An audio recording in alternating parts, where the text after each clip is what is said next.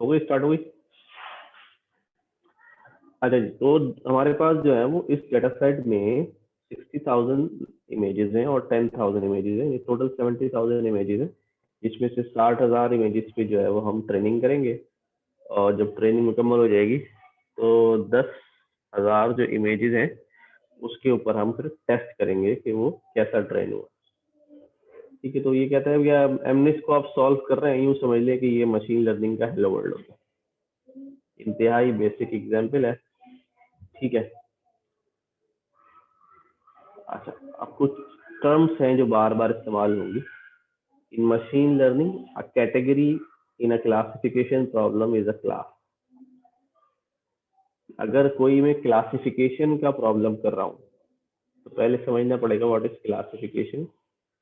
जब मैं चीज़ों को आइडेंटिफाई करके बताता हूँ कि ये चीज़ ये है और ये चीज़ ये नहीं है, तो इस प्रॉब्लम को क्लासिफिकेशन कहते हैं। जैसे मैं कोई, आप किसी चीज़ को देख रहे हैं, कोई बंदा आपके सामने आता है, तो आप फौरन से क्लासिफाई करते हैं कि यार आप इसको जानते हैं या नहीं जानते हैं, या ये आपका दोस्त है या नहीं है।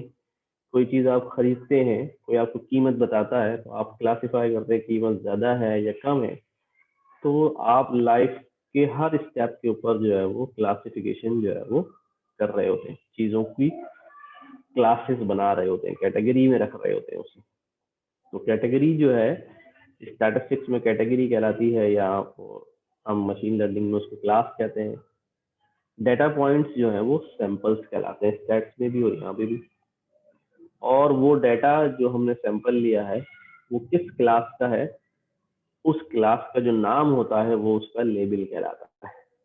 ठीक है, ये बात समझ में आई या नहीं आई, बताइए मुझे।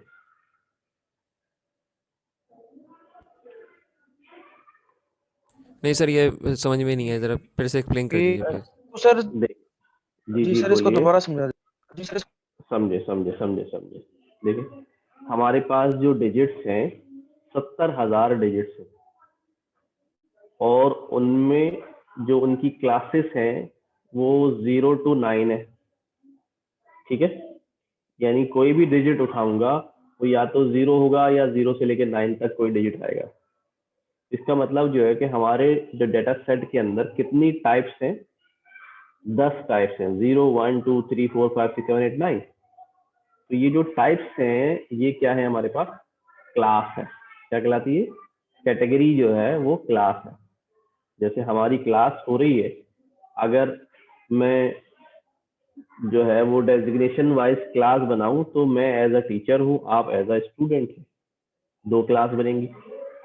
अगर मैं जेंडर वाइज क्लासेस बनाऊं तो हम सबको मिला के कुछ मेल्स होंगे कुछ फीमेल्स होंगे। ठीक है, अगर मैं एज वाइज क्लासेस बनाऊं तो मुझे उसके लिए फिर जो है ना रेंज डिफाइन करनी पड़ेगी। तो अच्छा, क्लास समझ में आ रही कि जितनी जिस जिस बेस पे हम क्या करते हैं उसको सेपरेट करते हैं, जिस बिहाफ पे, उससे क्लास बन जाती है। तो अब जो डेटा सेट पड़ा हुआ है 60,000 ट्रेनिंग इमेजेस का, अगर मैं वो आपसे कहूँ अलग अलग करें तो आप सारे 0 एक तरफ करेंगे, सारे 1 एक तरफ करेंगे, सारे 2, सारे 3, सारे 4, तो आपके पास कितनी कितने ग्रुप्स बन जाएंगे, आपके पास कितनी जो है ना वो बॉक्सेस बन जाएंगे, वो आपके पास 10 बॉक्सेस बन जाएंगे। इसका मतलब ये कि देयर आर 10 क्लासेस। ये पहली बात होगी। Data points are called samples. जो डेटा है जाहिर है जो हमारे पास है वो सैंपल्स कहलाता है। और कौन सा जो डेटा है वो कौन सी क्लास से बिलोंग करता है, जैसे ये इमेज नजर आ रही है आपको, फर्स्ट वन जिसपे मैं कर्सर अपना घुमा रहा हूँ, ये फर्स्ट इमेज नजर आ रही है, ये बिलोंग करती है कौन सी क्लास से? 0 क्लास से, क्योंकि ये इमेज है ना, नंबर तो नहीं है ना। तो ये बिलोंग करता है 0 क्लास से, ये बिलोंग करता है 2 क्लास से, ये बिलोंग करता है 4 क्लास से, ये बिलोंग करता है 3 क्लास से। तो जिस क्लास से बिलोंग करता है वही उसका लेबल कहलाता है। क्या कहलाता है? लेबल कहलाता है। ठीक है। यानी कि अगर मैं आपको कोई और इमेज यहाँ पे दिखा रहा हूँ, फॉर एग्जाम्पल मैं यहाँ कहता हूँ कैट। ठीक है, ये मेरे पास जो है ना वो कैट्स की जो इमेज आ रही है। अब ये एक एनिमल है, लेकिन ये कौन सी क्लास से बिलोंग करता है? कैट की क्लास से बिलोंग करता है। इस एनिमल का लेबल क्या है? कैट है। ठीक है। इसी तरह अगर मैं कहूँ डॉग, तो इस एनिमल का जो लेबल है वो क्या होगा? डॉग होगा। तो इसी तरह जो इमेज मुझे दिखाई जा रही है, इस इमेज का लेबल क्या होगा? 0 होगा। तो इसका मतलब ये हुआ कि जो सैंपल है जो मुझे दिखाया जा रहा है, वो जिस क्लास से बिलोंग करता है, अगर वो 0 की क्लास से बिलोंग करता है तो वो 0 उसका लेबल होगा। आगे बात समझ में? मतलब सर अभी जो आपने लास्ट अभी एग्जांपल समझाई कि एनिमल जो है वो एक क्लास है और डॉग उसका एक लेबल है। नहीं, एनिमल तो डेटा सैंपल है। अच्छा अच्छा, ठीक है। एनिमल जो है अब उस डेटा डेटा, सैंपल है। हाँ, अब उस डेटा सैंपल, भाई इसको आसान जबान में यूं समझ लीजिए। मैं यहाँ पर एक चीज बना देता हूँ कि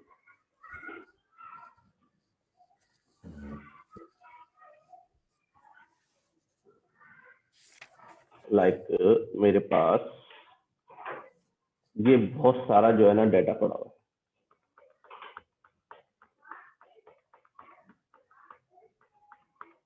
ठीक है। ये मेरे पास एक बॉक्स के अंदर सारा डेटा पड़ा हुआ है। अच्छा, अब मेरे पास जो है ना यहाँ पे डब्बे रखे हुए।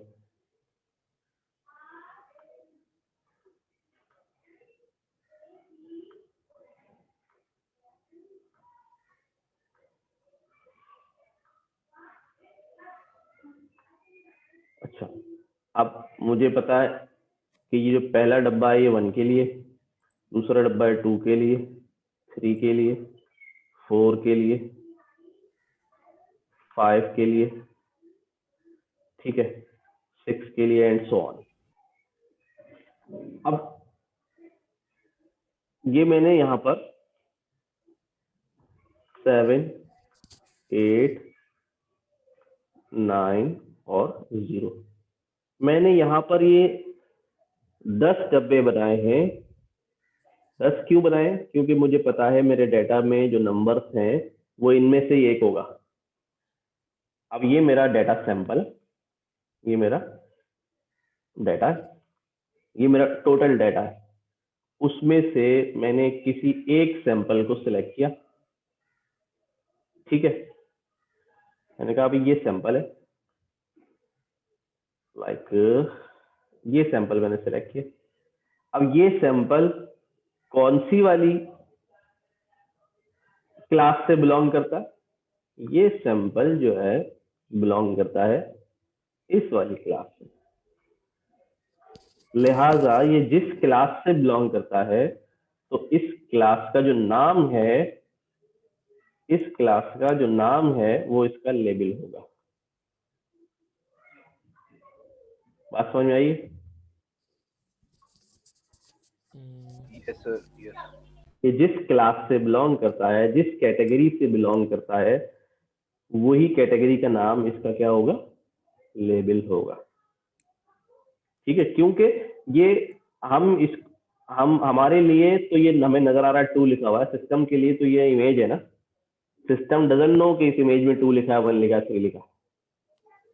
सिस्टम को तो हम बताएंगे कि तुम क्या देख रहे हो। जब ये सिस्टम यहाँ से आएगा, इसको ये इमेज दिखाऊंगा तो साथ साथ लेबल बताऊंगा कि भाई ये जो इमेज है ये इसकी है, ये 2 की इमेज है। ओके हुई बात? जी सर, ठीक। अच्छा जी। अब सीन ये है कि हम काम शुरू करते हैं।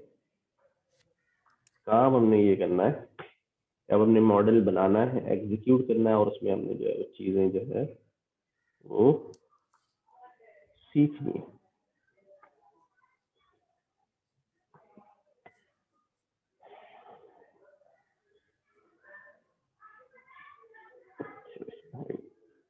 चलो, पहली लाइन जो आपको यहाँ नजर आ रही है वो डेटा सेट लोड करने की है। ठीक है। ये मैंने यहाँ से कॉपी की, यहाँ की। ये कह रहा है कैरास के अंदर डेटा सेट्स में जाओ और एमनेस वाला डेटा सेट लोड कर लो। इसका मतलब ये है कि केरस ने या टेंसरफ्लो ने बहुत सारे डाटा सेट जो है वो लाइब्रेरी के साथ पैक करके दिए हुए हैं, जो प्रैक्टिस करने वाले डाटा सेट। तो वो हमें कहीं और से एक्सटर्नली लोड करने की जरूरत नहीं है, सिर्फ मैं इसको चलाऊंगा।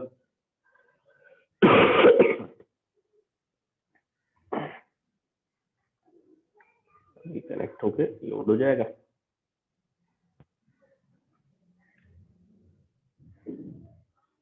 तो सर ये जुपिटर नोटबुक पर इतने ज्यादा देर क्यों लगाता है अगर इसी को लोड करे टेंसरफ्लो हो गया? नहीं, डाटा ज्यादा होता है, टाइम तो थोड़ा सा लेगा। अच्छा, आप चूंकि अभी इन्होंने अपडेट नहीं किया है, तो आप यहाँ पर जब आप जुपिटर नोटबुक पे काम करेंगे तो आप जब टेंसरफ्लो 2 इंस्टॉल कर लेंगे तो आपको यहाँ लिखना पड़ेगा tensorflow.keras। ठीक है, तो उससे भी चल रहा है और अभी इससे भी चल रहा है, दोनों सपोर्ट कर रहे हैं। लेकिन जब आप लोकल पे नया टेंसरफ्लो इंस्टॉल करेंगे, ठीक है, तो वहां पर आपको खाली केरस नहीं लिखना पड़ेगा, तो tensorflow.keras करना पड़ेगा। अच्छा जी, डाटा सेट हमारे पास आगे हमने जो है वो इंपोर्ट कर लिए। यहाँ पे क्या हुआ, अगली लाइन में उसने कहा डाटा सेट लोड करो, और लोड करने के बाद एमनिस का जो डाटा सेट हमने इंपोर्ट किया है इसको लोड करो। लोड करने के बाद इसको अनपैक करो दो दो टपल्स बना के। अभी मैं बताता हूँ क्या क्या अनपैक हुआ है। ये डाटा जो है वो लोड कर रहा है, इंपोर्ट होने के बाद पूरा हो। अब इसने दो टपल दिए, ट्रेन इमेजेस और उनके लेबल्स, टेस्ट इमेजेस और उनके लेबल्स। अच्छा, अब हम चेक कर लेते हैं कि ट्रेन में हमारे पास जो है ना कितना डेटा आया है, और टेस्ट में हमारे पास जो है वो कितना डेटा आया है, ये यहाँ दिखा रहे हैं। ट्रेन इमेजेस की शेप चेक करते हैं तो हमें नजर आ जाएगा कि भाई हमारे पास ये 3 डायमेंशनल नंपाई एरे है। क्या है भाई ये? 3 डायमेंशनल नंपाई एरे। कैसे पता चलेगा नंपाई एरे है? इसकी टाइप चेक कर लूं तो मेरे पास ये बता देगा कि भाई ये नंपाई एनडी एरे है। इसकी ट्रेन इमेजेस की एन डायमेंशन चेक कर लूं, ये सब आपने नंपाई में किया हुआ है अल्हम्दुलिल्लाह, तो मुझे पता चल जाएगा इसकी 3 डायमेंशन है। अच्छा, ये इमेज जो है वो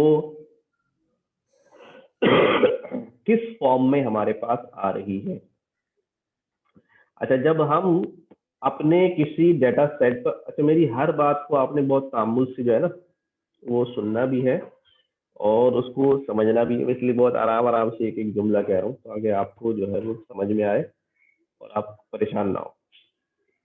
ये डाटा सेट क्योंकि बिल्ट इन डाटा सेट है, ठीक है, तो ये बिल्कुल रेडी फॉर्म में तैयार डाटा सेट है, इसमें कोई गलती नहीं है, सारी चीजें नहीं है।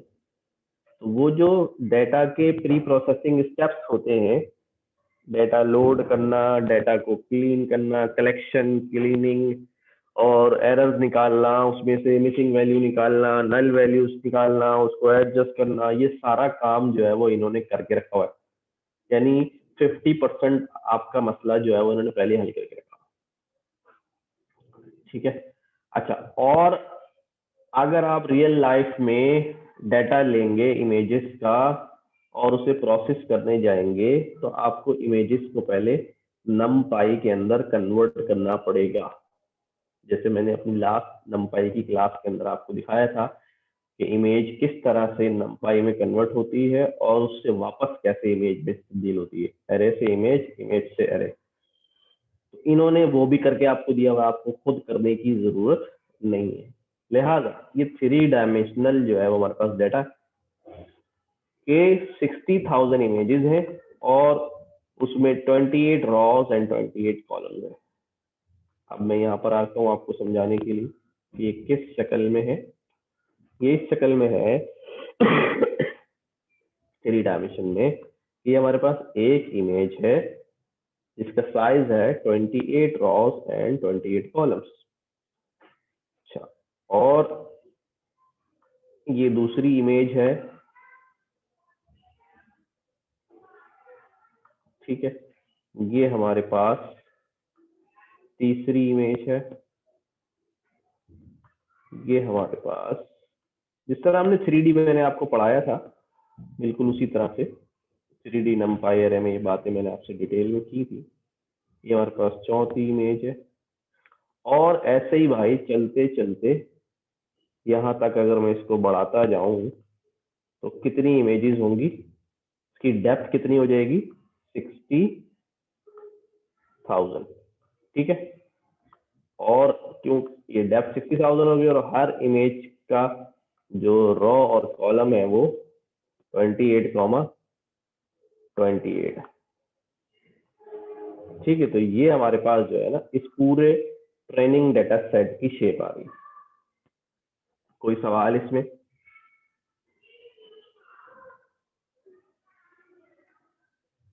सर जी ज़रा भाई, वापस आएगा अपने कमांड पे, ज़रा वापस आएगा ज़रा उस पे लगा करें कोड लैब पे वापस आएगा सर लैब पे ज़रा। वापस आ गए। ठीक है सर, सर ऊपर स्क्रॉल कीजिएगा ज़रा थोड़ा। सर ये जो आपने एक सिंटैक्स है जिसमें हम जो कर रहे हैं mnst.load डेटा, हम इसमें से हाँ, डेटा लोड करवा रहे हैं टपल की फॉर्म में या इसको टपल में स्टोर करवा रहे हैं? ये जो लाइन ज़रा नहीं थोड़ा सा। नहीं, देखो देखो, हम ये जब हमने फंक्शन चलाया ना mnest जी डॉट लोड डेटा, जी हाँ, तो ये लोड फंक्शन कर रहा है, डेटा सेट में से लोड हो रहा है। ठीक ये है सर। फंक्शन जो है वो कुछ चीजें रिटर्न कर रहा है। ठीक है, अच्छा। याद है ना, ठीक है। फंक्शन जब सही रिटर्न सही। करता है और वो ज्यादा चीजें होती हैं तो वो किस हम्म। फॉर्म में रिटर्न आती है, टपल की फॉर्म में आती है। टपल की फॉर्म में आती है, सही। ये हमने उसकी सेटिंग बना के क्या कर लिया है यहाँ पर, ट्रेन क्या का उसको? टपल, ट्रेन की लेबल्स और उनकी इमेजेस का टपल अलग कर लिया, टेस्ट की इमेजेस और लेबल्स उनका टपल क्या कर लिया, अलग कर लिया। अच्छा, मतलब हमने दो एरे बना लिए हैं उसमें से, क्योंकि वो इतना बड़ा डेटा सेट है, हमने उसमें से दो एरे उठा हमने लिए हैं। हमने नहीं बनाया है, हमने अच्छा अच्छा, नहीं नहीं मतलब बनाया ये बना हुआ है, वहां। सॉरी, हाँ बना। हाँ, बना हुआ है, बस सिर्फ हमने यहाँ पर उसको क्या कर लिया है, कैच कर लिया है। सही सही, तो उसको अच्छा मतलब इसमें, क्योंकि अच्छा, हमारा यही होता है ना कि। उसकी तरतीब भी यही रहेगी, ट्रेन ट्रेन टेस्ट टेस्ट, क्योंकि अगर आप तरतीब आगे पीछे करेंगे तो ज़ाहिर है वहां से वो पहले इंडेक्स वाली वैल्यू इसमें आनी है, 1 हम्म। इंडेक्स वाली इसमें आनी है, 2 इंडेक्स वाली इसमें आनी है। अगर यहाँ से आगे पीछे कर देंगे तो उनके नाम जो है वो चेंज हो जाएंगे। ठीक है, अच्छा अच्छा अच्छा, सही याद है ये सही। बात? अगर मैं यहाँ दोबारा दिखा दूँ, लेट्स सी कि मेरे पास जो है ना वो एक टपल है।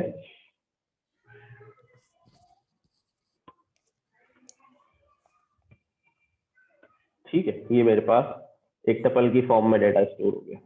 ठीक है, अब बात ये है कि एक मैं ले रहा हूँ ट्रेन, एक मैं ले रहा हूँ ट्रेन लेबल्स, कॉमा, एक मैं ले रहा हूँ टेस्ट और एक मैं ले रहा हूँ test labels is equal to A. अब मैंने जो डेटा ए में है उसको मैं तरतीब के साथ भेज दिया, मैंने किसके अंदर, ये चला दिया।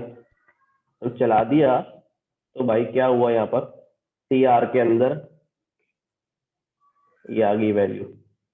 ठीक है, टी लेबल के अंदर ये वैल्यू आ जाएगी, टेस्ट के अंदर ये वैल्यू आ जाएगी और लेबल के अंदर ये वैल्यू आ जाएगी। तो अगर मैं इनको आगे पीछे कर दूंगा तो फिर नामों की गड़बड़ हो जाएगी ना, वैल्यू तो वही रहेगी, उसी तरतीब से जाएगी जिस तरतीब से यहाँ रखी है। लेकिन अगर मैं यहाँ ट्रेन की बजाय टेस्ट ले लूंगा तो मेरा नाम जो है वो टेस्ट वाला जो है उसमें 60,000 इमेजेस हो जाएंगी।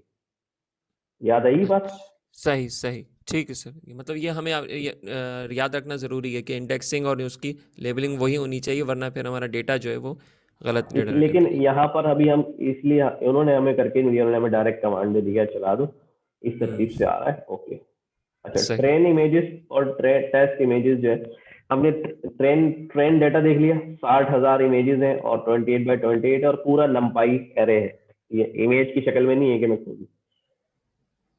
और वो मैंने बता दिया कि आपको नंपाई की शक्ल में डेटा ये मिला है, सारी की सारी मैट्रिक्स है। जी। ठीक है, मैं क्या करता हूँ, अच्छा यही जो मैंने ट्रेन पे काम किया है यही आप टेस्ट के लिए कर लें।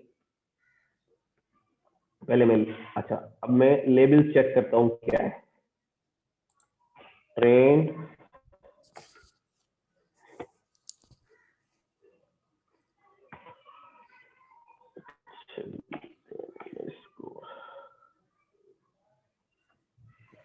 ट्रेन अंडरस्कोर शेप्स हो गया, ट्रेन अंडरस्कोर लेबल्स, लेबल्स का डाटा सेट उठाया मैंने।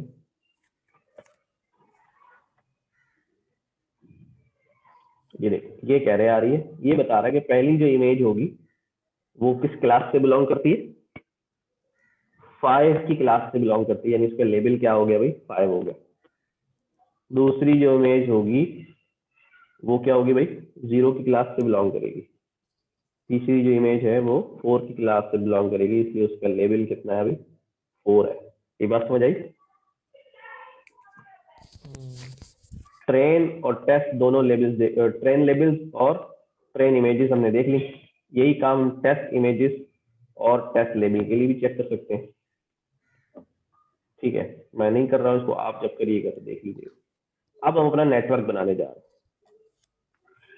ठीक है, इन्होंने नेटवर्क बनाया है, मैं इसी नेटवर्क कॉपी कर रहा हूँ। क्या क्या चीजें होंगी इसके अंदर अब देखते हैं।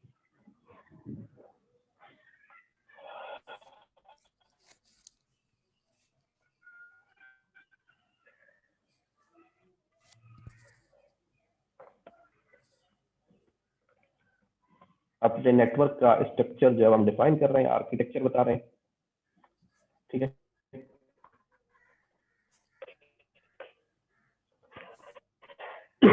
सबसे पहले क्या किया इन्होंने, किया अभी, अच्छा मैं यहाँ पर हर जगह पे टेंसर फ्लो डाल देता हूँ, क्योंकि आप जब लोकल पे करेंगे तो आपको टेंसर फ्लो लिखना पड़ेगा। टेंसर फ्लो डॉट कैरास में से हमने कहा भी मॉडल इंपोर्ट कर लें और लेयर्स इंपोर्ट कर लें, दो चीजें इंपोर्ट की हैं।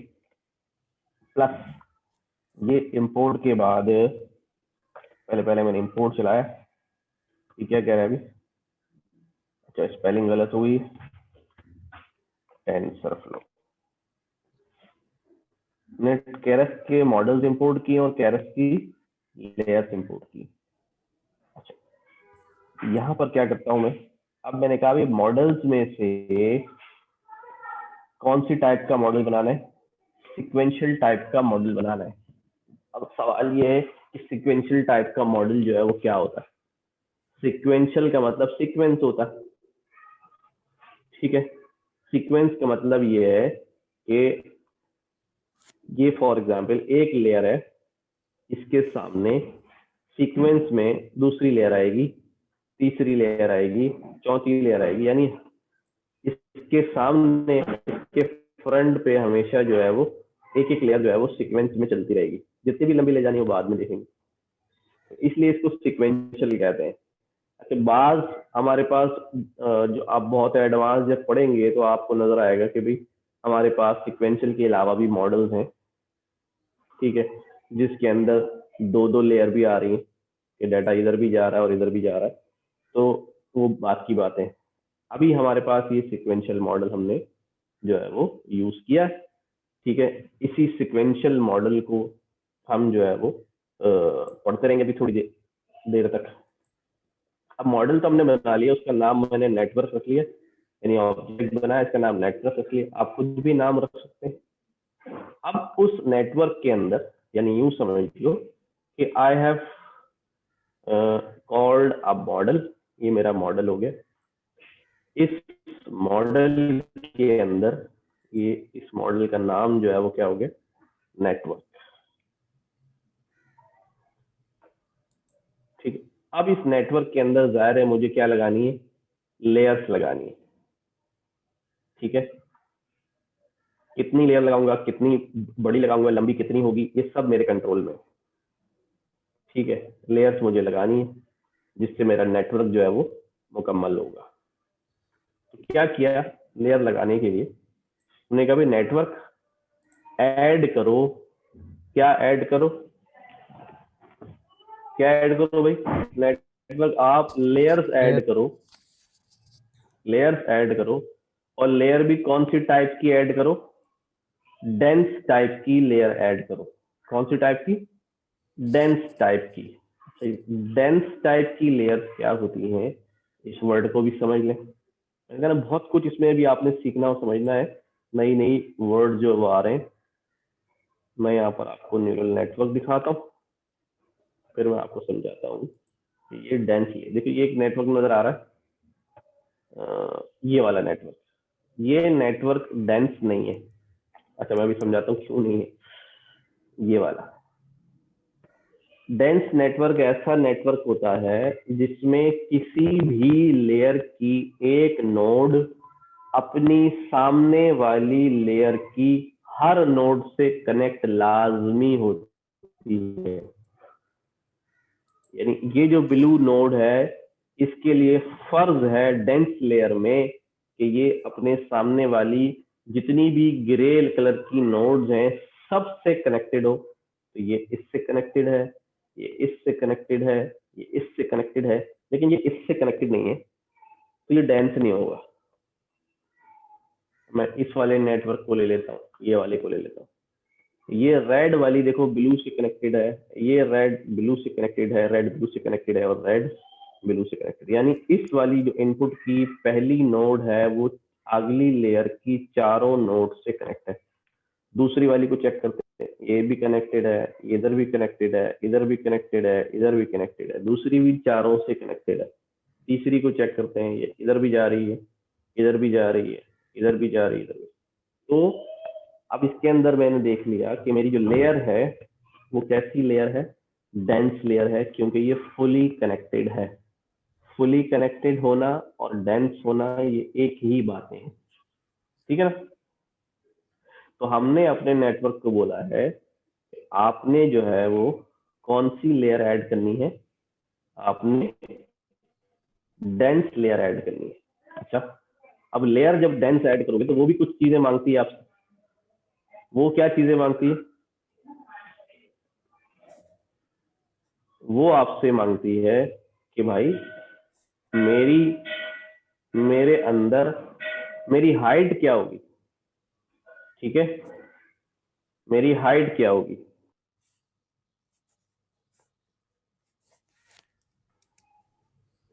ठीक है, मेरी हाइट क्या होगी। यानी हाइट का मतलब ये है कि मेरे पास न्यूरॉन कितने होंगे, एक होगा, दो होंगे, 10 होंगे, 50 होंगे। एक लेयर ये बन गई जिसमें 3 न्यूरॉन्स हैं। मैंने एक लेयर और लगाई जिसमें 2 न्यूरॉन है,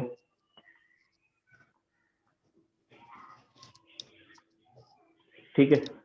मैंने एक और लेयर लगाई जिसके अंदर फिर 1 न्यूरॉन है।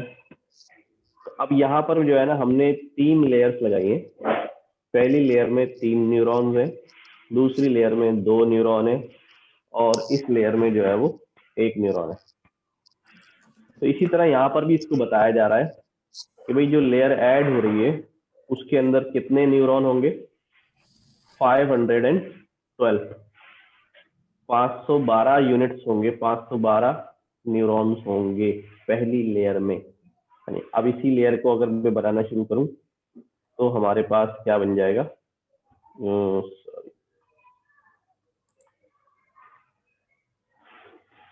अब इसको मैं यूं कहता हूं कि ये मेरे पास इनपुट आएगा कहीं से।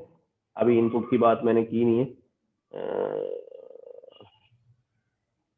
ये मेरे पास इनपुट आएगा मॉडल के अंदर, ठीक है। पहली लेयर जो है उसके अंदर मेरे पास चलते चलते, और अगर मैं इसको आगे तक ले जाऊं तो हमारे पास ये होंगे 512।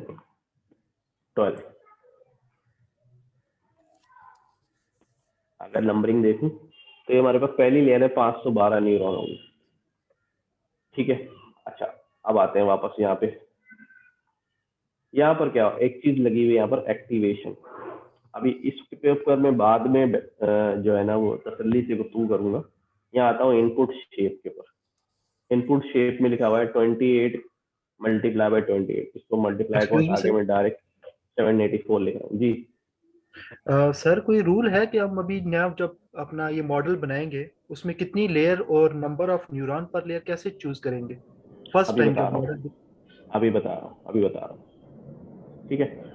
अच्छा, मेरी इनपुट शेप जो है वो 28 मल्टीप्लाई बाय 28 लिखी हुई थी, यानी 784 मल्टीप्लाई होकर वो 784 बन जाएगा। यानी मेरे मॉडल के पास जो डाटा आएगा पहली लेयर में, इनपुट लेयर से, उसके अंदर 784 वैल्यूज होंगी। यानी क्या कह रहा हूं, आपको पता है कि हमारे पास जो एक इमेज है वो कितने साइज की है, 28,28, यानी उसमें 28 कॉलम्स एंड 28 रॉज है। तो टोटल पिक्सल्स कितने हो जाएंगे भाई? 999। टोटल पिक्सल वैल्यूज कितनी हो जाएंगी? 28 कॉलम्स और 28 रॉस, तो कितना हो जाएगा? 28 मल्टीप्लाई बाय 28, दिस बिकम्स 784। अब इसका मतलब ये हुआ कि जब एक इमेज मॉडल के अंदर जा रही होगी तो वो इमेज जो 2x2 की शक्ल में, तो यहाँ पर एक चीज मैं आपको और बताऊं बड़ी इंपॉर्टेंट, कि ये जो चीज लिखी हुई है शेप में, ये किस ऐसा शेप कब आता है? आपको मैंने पढ़ाई थी ये बात, ऐसा शेप कब आता है? जब हमारे पास नमपाई एरे की डायमेंशन कितनी होती है भाई? जल्दी बताओ।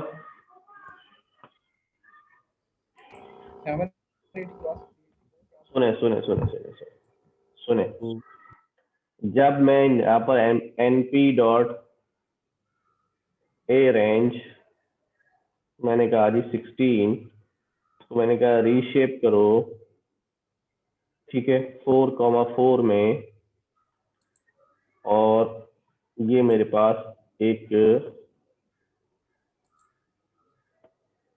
यहाँ पे आ गई क्यू में, ये क्रिएट हो गई, क्यू क्रिएट हो गई। अच्छा, एमपी जो है वो इम्पोर्टेड नहीं किया हुआ मैंने, इंपोर्ट कर लेता हूँ, इंपोर्ट numpy एज np, क्यू क्रिएट हो गया। अच्छा भाइयों, क्यू की अगर मैं शेप बताऊं तो क्या होगी? 4,4, यही शेप होगी ना? अच्छा, अगर मैं np डॉट ए रेंज से सिर्फ ये क्रिएट कर दूं, अब क्यू की शेप क्या होगी? 16 कॉमा, क्या शेप आ रही है भाई? 16 इसका मतलब ये है कि ये जो है वेक्टर बन गया, 1 डायमेंशन वेक्टर, बिल्कुल सही बोला, वेक्टर 1D।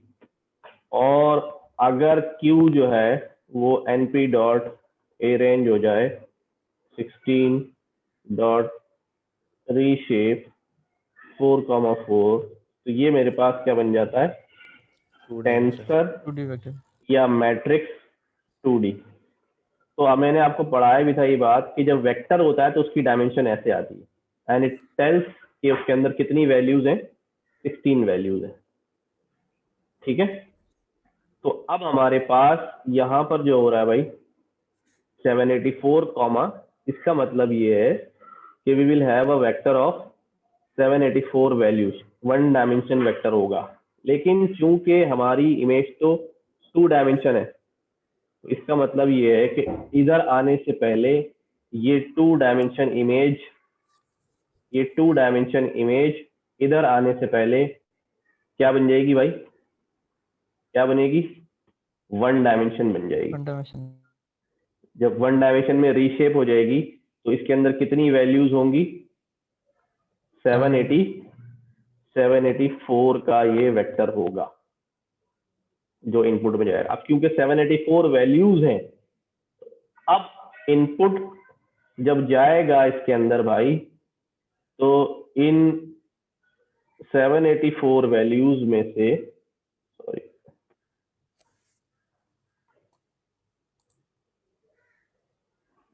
अब हमारे पास यहाँ जो इनपुट न्यूरॉन्स होंगे वो कितने होंगे भाई?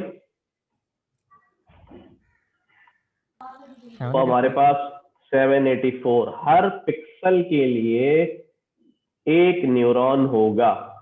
क्या कह रहा हूं मैं? हर पिक्सल के लिए एक न्यूरॉन होगा। बात समझ आइए? तो अब हमारे पास और फिर क्या होगा, ये जो एक न्यूरॉन है इसके लिए लाजमी है, क्योंकि डेंस लेयर है, तो ये एक न्यूरॉन लाजमन सबसे क्या होगा, पूरे 512 से क्या होगा भाई, कनेक्ट होगा, पूरे 512 से कनेक्ट होगा कनेक्ट ये। होगा। अब एक बात का अंदाजा लगाएं कि इमेज के केस में प्रोसेसिंग कितनी एक्सपोनेंशियल और इनॉर्मस है कि हर एज के ऊपर एक W जनरेट हो रहा है। ठीक है, तो एक नोड के लिए ही टोटल कितने W जनरेट हो गए, 512। और कितनी नोड्स हैं, 784। जरा अंदाजा करें कि इनपुट से सिर्फ एक लेयर पे जाने में, जरा कोई मल्टीप्लाई करके बताए कितना आंसर आ रहा है भाई, कितने W जनरेट हो रहे हैं, 4 लाख।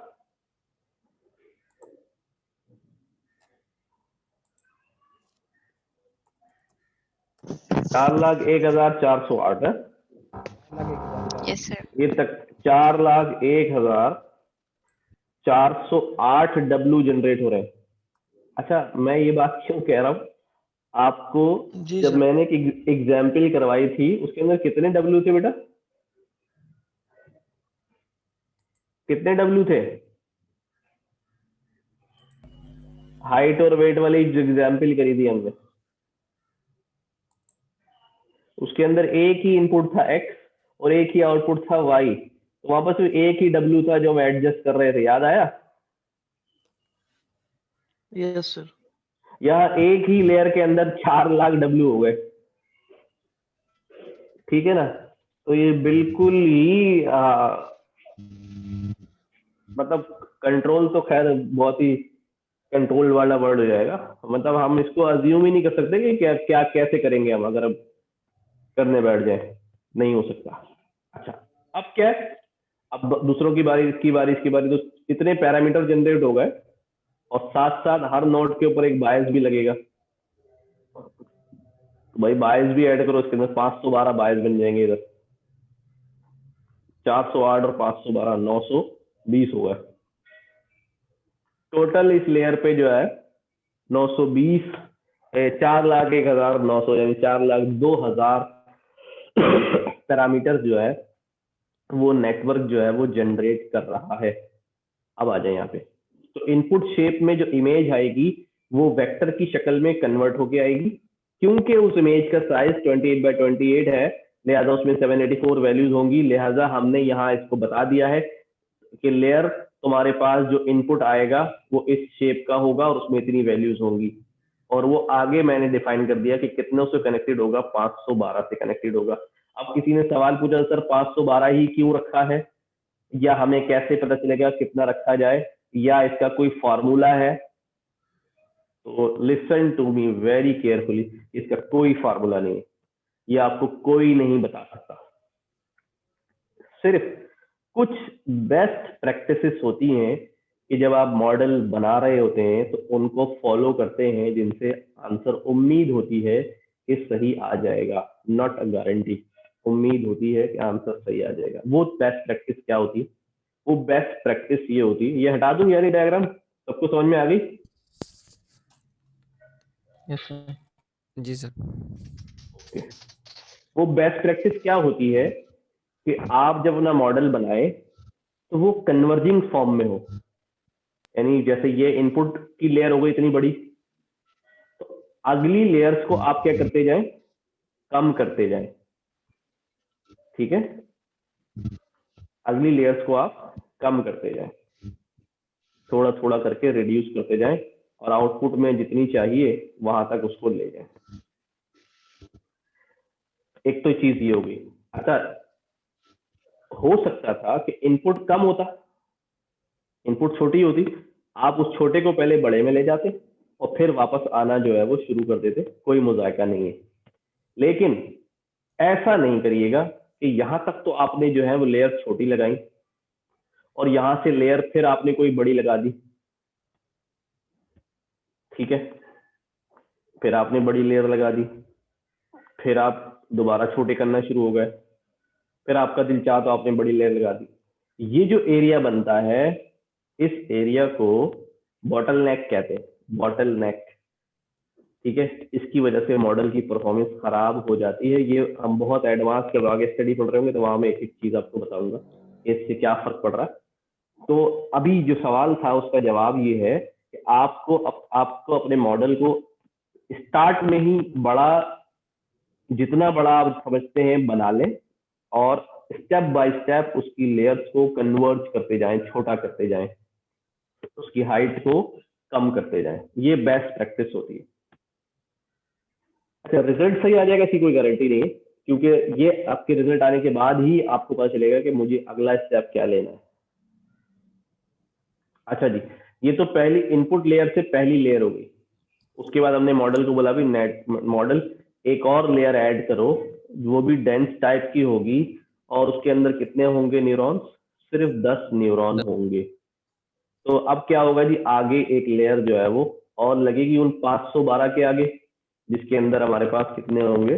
10 होंगे। वो 10 कनेक्शन तो मैंने आपको बता ही दिए। ठीक है, ये बात समझ में आई। अब यहाँ पर क्या है, ये एक्टिवेशन फंक्शन क्या चीज होती है? अच्छा, एक्टिवेशन में जाने से पहले मैं आप लोगों से पूछ रहा हूँ, इज देयर एनी क्वेश्चन? है तो सही है, वरना आगे चले। आपकी आवाज कम आ रही है सर। ये टेंसर फ्लो के अंदर है केरस, और ये कौन से वर्जन में इंक्लूड किया है? असल में अब जब आप अपने लोकल सिस्टम पर टेंसर फ्लो इंस्टॉल करेंगे, अब केरस इंस्टॉल नहीं होगी, क्योंकि ये क्लाउड पे काम कर रहे हैं, बहुत सारे लोगों का डाटा और नोटबुक्स वगैरह बनी हुई होती है, इसलिए इन्हें दोनों अवेलेबल की हुई है कि खाली केरस से भी चल जाए और टेंसर फ्लो से भी चल जाए। ठीक है, अगर आप इंस्टॉल कर लेंगे लोकल में टेंसर फ्लो 2, तो फिर आपको यही लिखना पड़ेगा टेंसर फ्लो डॉट केरस।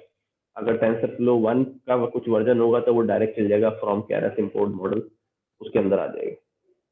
ठीक है, क्योंकि केरस अलग लाइब्रेरी थी, अब एम्बेड कर दिए तो उन्होंने शामिल कर लिया। ठीक है भाई? यस सर ये जो 5, 12 और 10 है, इसमें कनेक्शन रिप्रेजेंट कर रहे हैं नंबर ऑफ न्यूरॉन्स? दोबारा बोलिए। ये जो 5, 12 जो आपने डेंस में लिखा है, ये कनेक्शन रिप्रेजेंट कर रहा है या नंबर ऑफ न्यूरॉन्स रिप्रेजेंट कर रहा है? बेटा मेरी बात को समझना, मैं इसको कनेक्शन बोलूं या न्यूरॉन बोलूं, क्योंकि डेंस लेयर है तो जितने न्यूरॉन्स होंगे उतने कनेक्शन होंगे, या जितने कनेक्शन होंगे उतने न्यूरॉन होंगे। बात तो एक ही है। आई समझ? समझ में आई बात, मैंने क्या बात बोली? यस सर, समझ में आ गई। चलो जी। अच्छा जी, सर एक न्यूरॉन को 784 पिक्सल जा रहे हैं। एक neuron sir excuse me sir, एक सवाल था। बेटा एक की बात तो मुझे पूरी करने देते। अभी उसके सवाल का जवाब तो मैंने दिया ही नहीं, आप बीच में आ गए। दोबारा पूछना यार, एक न्यूरॉन वाली बात। सर मैंने कहा एक 512 मतलब 512 अगर न्यूरॉन्स है, तो आपने कहा था कि एक वो जहाँ से इनपुट आती है तो पिछली लेयर 784 का, हमारे पास। पिछली लेयर, हाँ पिछली लेयर का एक न्यूरॉन उन 512 से कनेक्टेड होगा। यस, यानी अगली लेयर के एक न्यूरॉन के पास सारे इनपुट आ रहे होंगे, 784 सब कनेक्ट होंगे उससे। बस यही पूछना था। ठीक है जी, अब पूछो बेटा अगला सवाल क्या पूछ रहे थे? अजय भाई,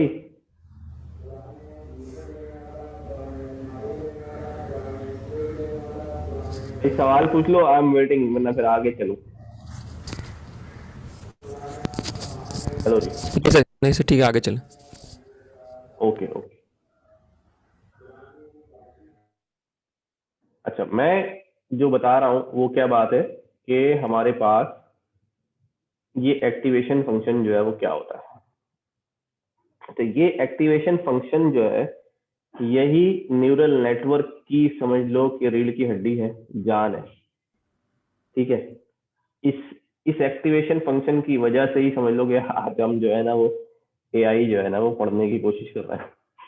अब मैं बताता हूँ क्या सीन है। अच्छा, सीन ये है कि मेरे पास एक जो है वो डाटा है, जिसमें मेरे पास क्या होता है, किसी बंदे की एज है,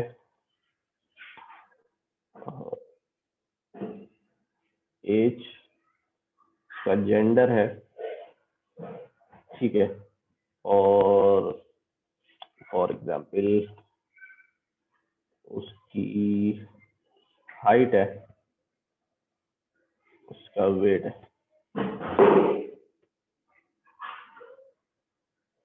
ठीक है। अच्छा, एज के अंदर जो है वो 30 लिखा हुआ है, जेंडर के अंदर जो है वो M लिखा हुआ है, हाइट के अंदर जो है वो फॉर एग्जांपल फीट में 5 लिखा हुआ है, वेट जो है उसका जी 80 kg है। ये डाटा है, और ये डाटा क्या करेगा, एक और इसके अंदर जो है वो क्या है, कॉलम है, दैट इज कि भाई उसको शुगर है या नहीं, डायबिटीज है या नहीं। तो यहाँ लिखा हुआ है कि भाई फॉर एग्जाम्पल है, यस। अब ये डाटा मेरे पास ऐसे हजारों रिकॉर्ड है, ये मेरा सारा जो है वो इनपुट डाटा है, और ये शुगर जो है ये यानी ये मेरा इनपुट डाटा है, और ये मेरा आउटपुट है, लेबल है। ये डाटा है, ये इसका लेबल है कि हाँ इसको शुगर है। किसी में लेबल नो होगा, किसी में यस होगा, नो यस नो, इस तरह चल जाए। अब होगा क्या, अब इनपुट में मेरे पास कितने न्यूरॉन होंगे, 1 2 3 4, ठीक है। एज के ऊपर जो है हमारे पास क्या वैल्यू आ जाएगी, 30,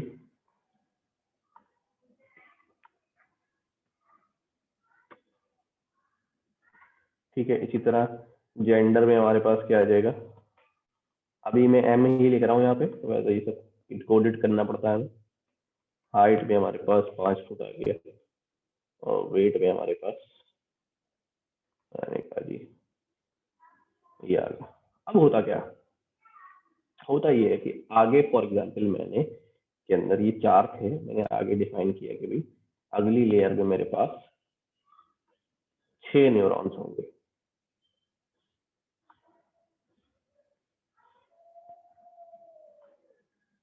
ठीक है। और उससे अगली लेयर में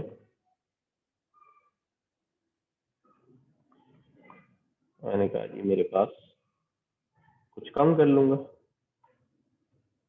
ठीक है। अगली लेयर में मैंने कहा जी 4 होंगे। अब होगा क्या, अच्छा क्योंकि सिंगल आउटपुट जो है वो सिंगल वैल्यू है, तो माइट बी कि मेरा आउटपुट लेयर में सिर्फ एक हो जो प्रिडिक्ट कर रहा हूं। होगा क्या, अच्छा हम पढ़ने क्या जा रहे हैं, मैं आपको बता रहा हूं एक्टिवेशन, एक्टिवेशन फंक्शन। क्या बता रहा हूं, एक्टिवेशन फंक्शन। तो लेट्स पहले मैं क्या करता हूं, आपको एक डेफिनेशन बता देता हूं एक्टिवेशन फंक्शन करता क्या है, ठीक है। It converts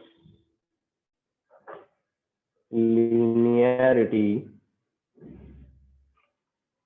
into non-linearity।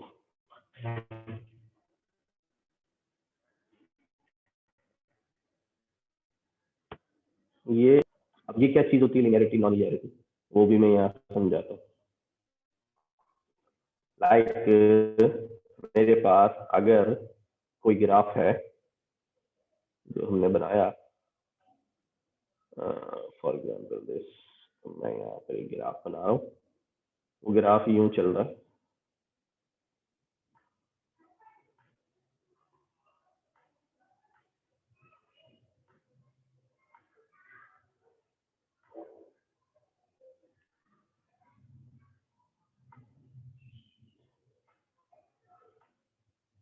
अच्छा ये जो ग्राफ है ये एक लीनियर ग्राफ है, ठीक है। अच्छा एक ग्राफ मैंने और बनाया,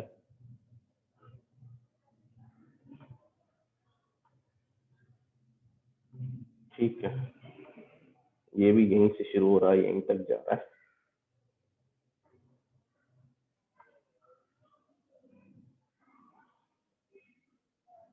ये जो ग्राफ है ये नॉन लीनियर ग्राफ है, ठीक है।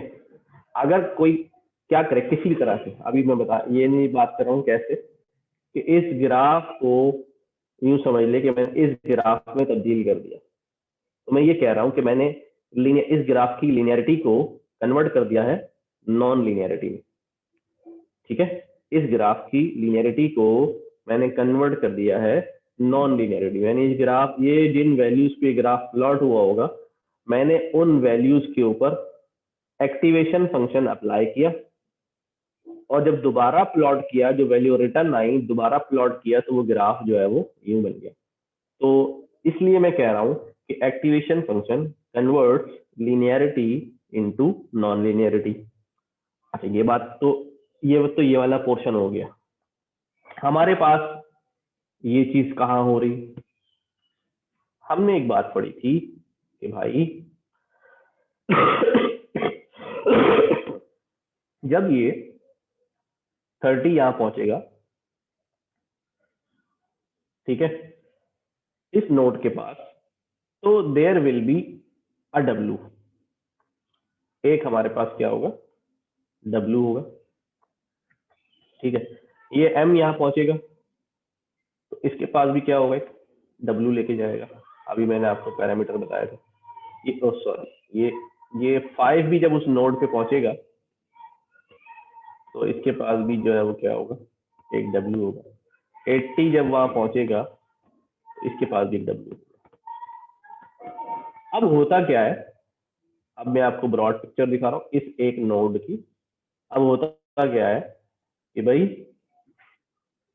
30 W1 प्लस M में जो भी न्यूमेरिकल वैल्यू बाद में आएगी इनकोडेड होके, फॉर एग्जांपल मैं कह रहा हूँ M में 2 वैल्यू है, बल्कि मेल फीमेल 2 ही होंगे, तो इनकोडेड 1 कर देता हूँ, ठीक।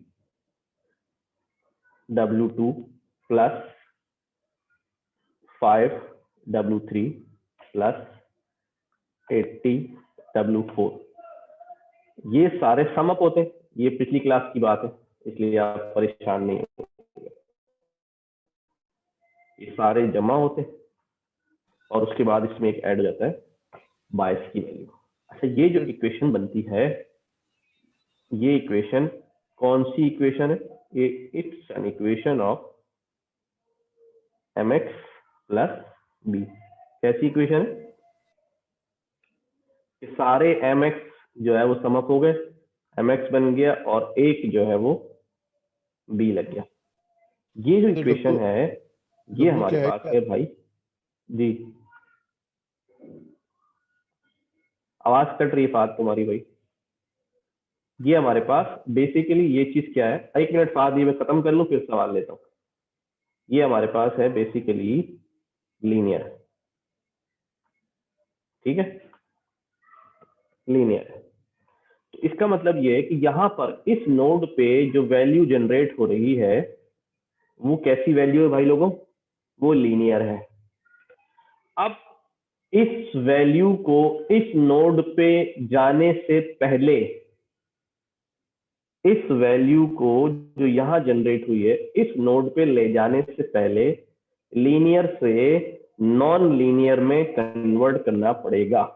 उसके लिए दरमियान में, यानी दरमियान में नहीं, इसी नोड के ऊपर एक चीज अप्लाई होती है जिसको हम क्या कहते हैं, एक्टिवेशन फंक्शन। जो वैल्यू जनरेट होती है, ठीक है, जो वैल्यू जनरेट होती है उस वैल्यू के ऊपर हम फर्दर अप्लाई कर देते हैं एक्टिवेशन फंक्शन, जिससे वो वैल्यू क्या हो जाती है, कभी चेंज हो जाती है और कभी वही भी रहती है। अगर वो चेंज करने की जरूरत है, मुख्तलिफ किस्म के एक्टिवेशन फंक्शन मुख्तलिफ तरह से काम करते हैं, ठीक है। तो इस नोड के ऊपर जो रिजल्ट जनरेट हुआ है वो लीनियर था। एक्टिवेशन फंक्शन उस रिजल्ट को नॉन लीनियर में कन्वर्ट करके आगे नोड को रिजल्ट ट्रांसफर करेगा, ठीक है, तो यहाँ पर जो हमने एक्टिवेशन फंक्शन यूज किया है वो रेलू है। रेलू जो है वो कैसा एक्टिवेशन फंक्शन है? रेलू एक ऐसा एक्टिवेशन फंक्शन है, करता क्या है ये? लिनियरिटी को नॉन लिनियरिटी। लेकिन ये करने के लिए वो करता क्या है? वो ये करता है कि हर नेगेटिव वैल्यू को जीरो में चेंज कर देता है, नेगेटिव वैल्यू को जीरो कर देता है, और अगर वैल्यू पॉजिटिव है तो उसको वही रखता है। तो उसके बाद जो रिजल्ट आता है वो ऑटोमेटिकली कर्व बन जाता है। रेलू अप्लाई होने के बाद जो रिजल्ट आता है वो ऑटोमेटिकली कर्व बन जाता है।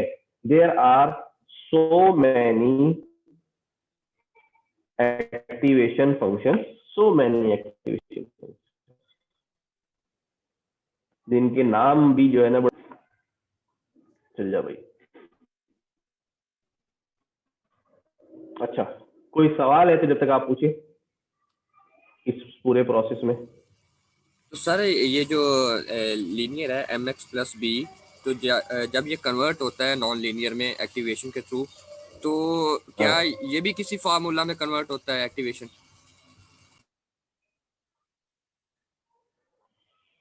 ये फिर ये कर्व बन जाता है तो फिर लीनियर नहीं रहता, फिर क्वाड्रेटिक बन जाएगा, कुछ और बन जाएगा। तो किसी स्पेसिफिक फार्मूला में चेंज नहीं होता मतलब ये? ठीक है, अब कर्व तो मुख्तलिफ किस्म के होते हैं ना, कर्व तो मुख्तलिफ किस्म के होते हैं ना। सर इसका पर्पस क्या है? अच्छा, अगर हम अलगोरिदम को हम बहुत ज्यादा डिटेल में और डिस्कस आप स्टडी करेंगे तो फिर आपको ये चीज समझ में आ जाएगी कि ये बेसिकली किस वक्त कौन सा कर्व बन रहा है। अच्छा, कोई और सवाल पूछ रहा था, बोले, मैंने सुना नहीं। इसका पर्पस क्या है? मैंने आपसे कहा ना, ये वो की लाइन थी जिसकी वजह से डीप लर्निंग जो है वो छा गई। अच्छा, मैं इसका पर्पस जो है ना वो आपको अभी इस क्लास में तो नहीं समझा सकता, ठीक है, लेकिन उसके लिए मैं आपको एक चीज रिकमेंड कर रहा हूँ। जो लोग थोड़ी बहुत मैथमेटिक्स जानते हैं वो जरूर जो है ना वो इस चीज को समझें कि ये डेडलॉक क्या था जो लीनियरिटी की वजह से आ रहा था, और ये डेडलॉक कैसे खत्म हुआ। आप यूट्यूब पे जाके ना आप यहाँ लिखें 12A। अच्छा, 12A से तो बहुत सारी ऐसी चीजें आ रही हैं, आप लिखें आगे MIT, ठीक है, तो आपके पास जो है ना ये लेक्चर आ जाएगा MIT का, न्यूरल नेटवर्क का। इसके अंदर ये है तो थोड़ा टाइम कंज्यूमिंग, आपको बहुत आहिस्ता आहिस्ता करके सुनना, पूरी चीजें कॉपी करते जाएं, ठीक है। तो आपको जो है ना पूरा जो कहानी है न्यूरल नेटवर्क की वो समझ में आ जाएगी, ये डेडलॉक भी जो है वो समझ में आ जाएगा। अच्छा, इसने पूरी जो है वो एक्टिवेशन फंक्शन क्या होगा, क्यों लगेगा, वजह क्या थी, ये सारी वही चीज है। क्या इनपुट आ रहा है, W बदलाया हुआ, दूसरा इनपुट आया, इससे बदलाया हुआ W2 आया।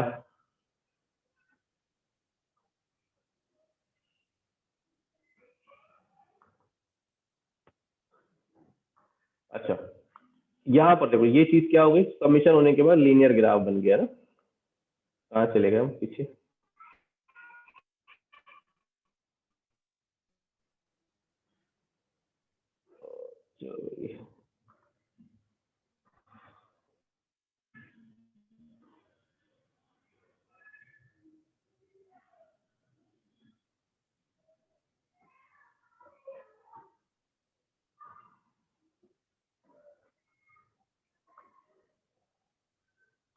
अच्छा, मैं इसको रोक रहा हूँ, फिर आप लोग जो है उसको जरूर जो है वो स्टडी करिएगा, ठीक है। ठीक है सर। अभी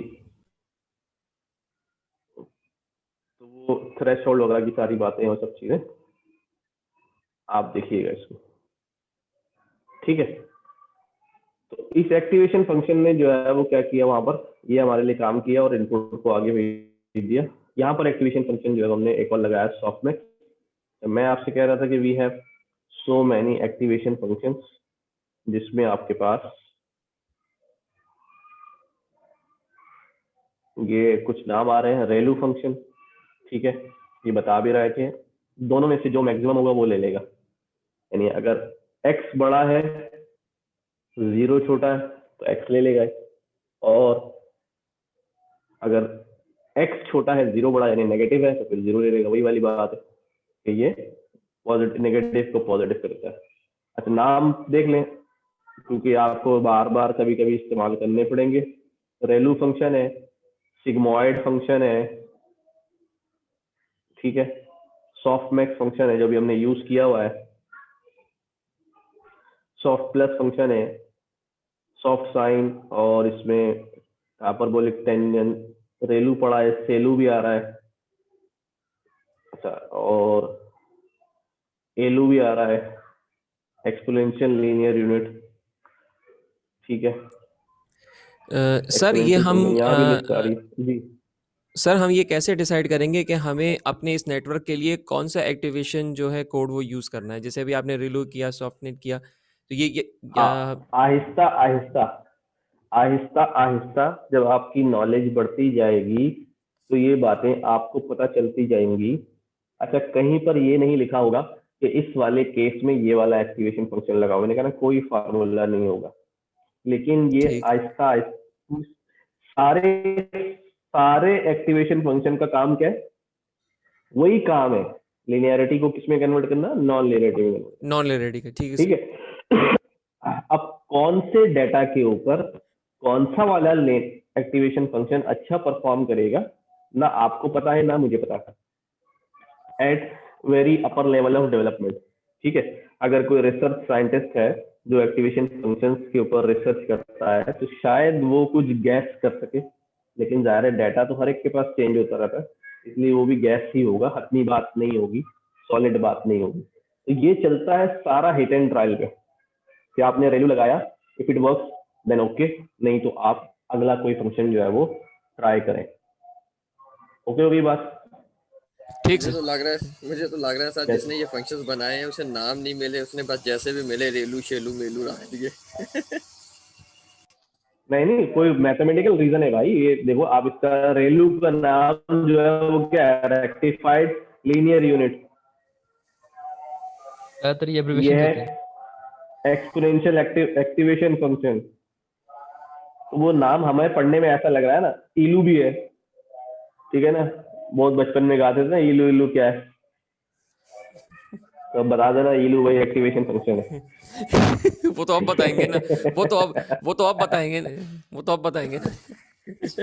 हाँ अब बूढ़े हो गए ना, अब बूढ़े हो गए तो अब यही बोलेंगे इलू एक्टिवेशन फंक्शन है, उस वक्त इलू जो है वो कुछ और था। जी जी। अब जो है इलू कुछ और हो गया। ठीक है सर, कंटिन्यू करें प्लीज। वैसे देखो इलू आ भी गया आज के दिन हमारे पास है। जी सर।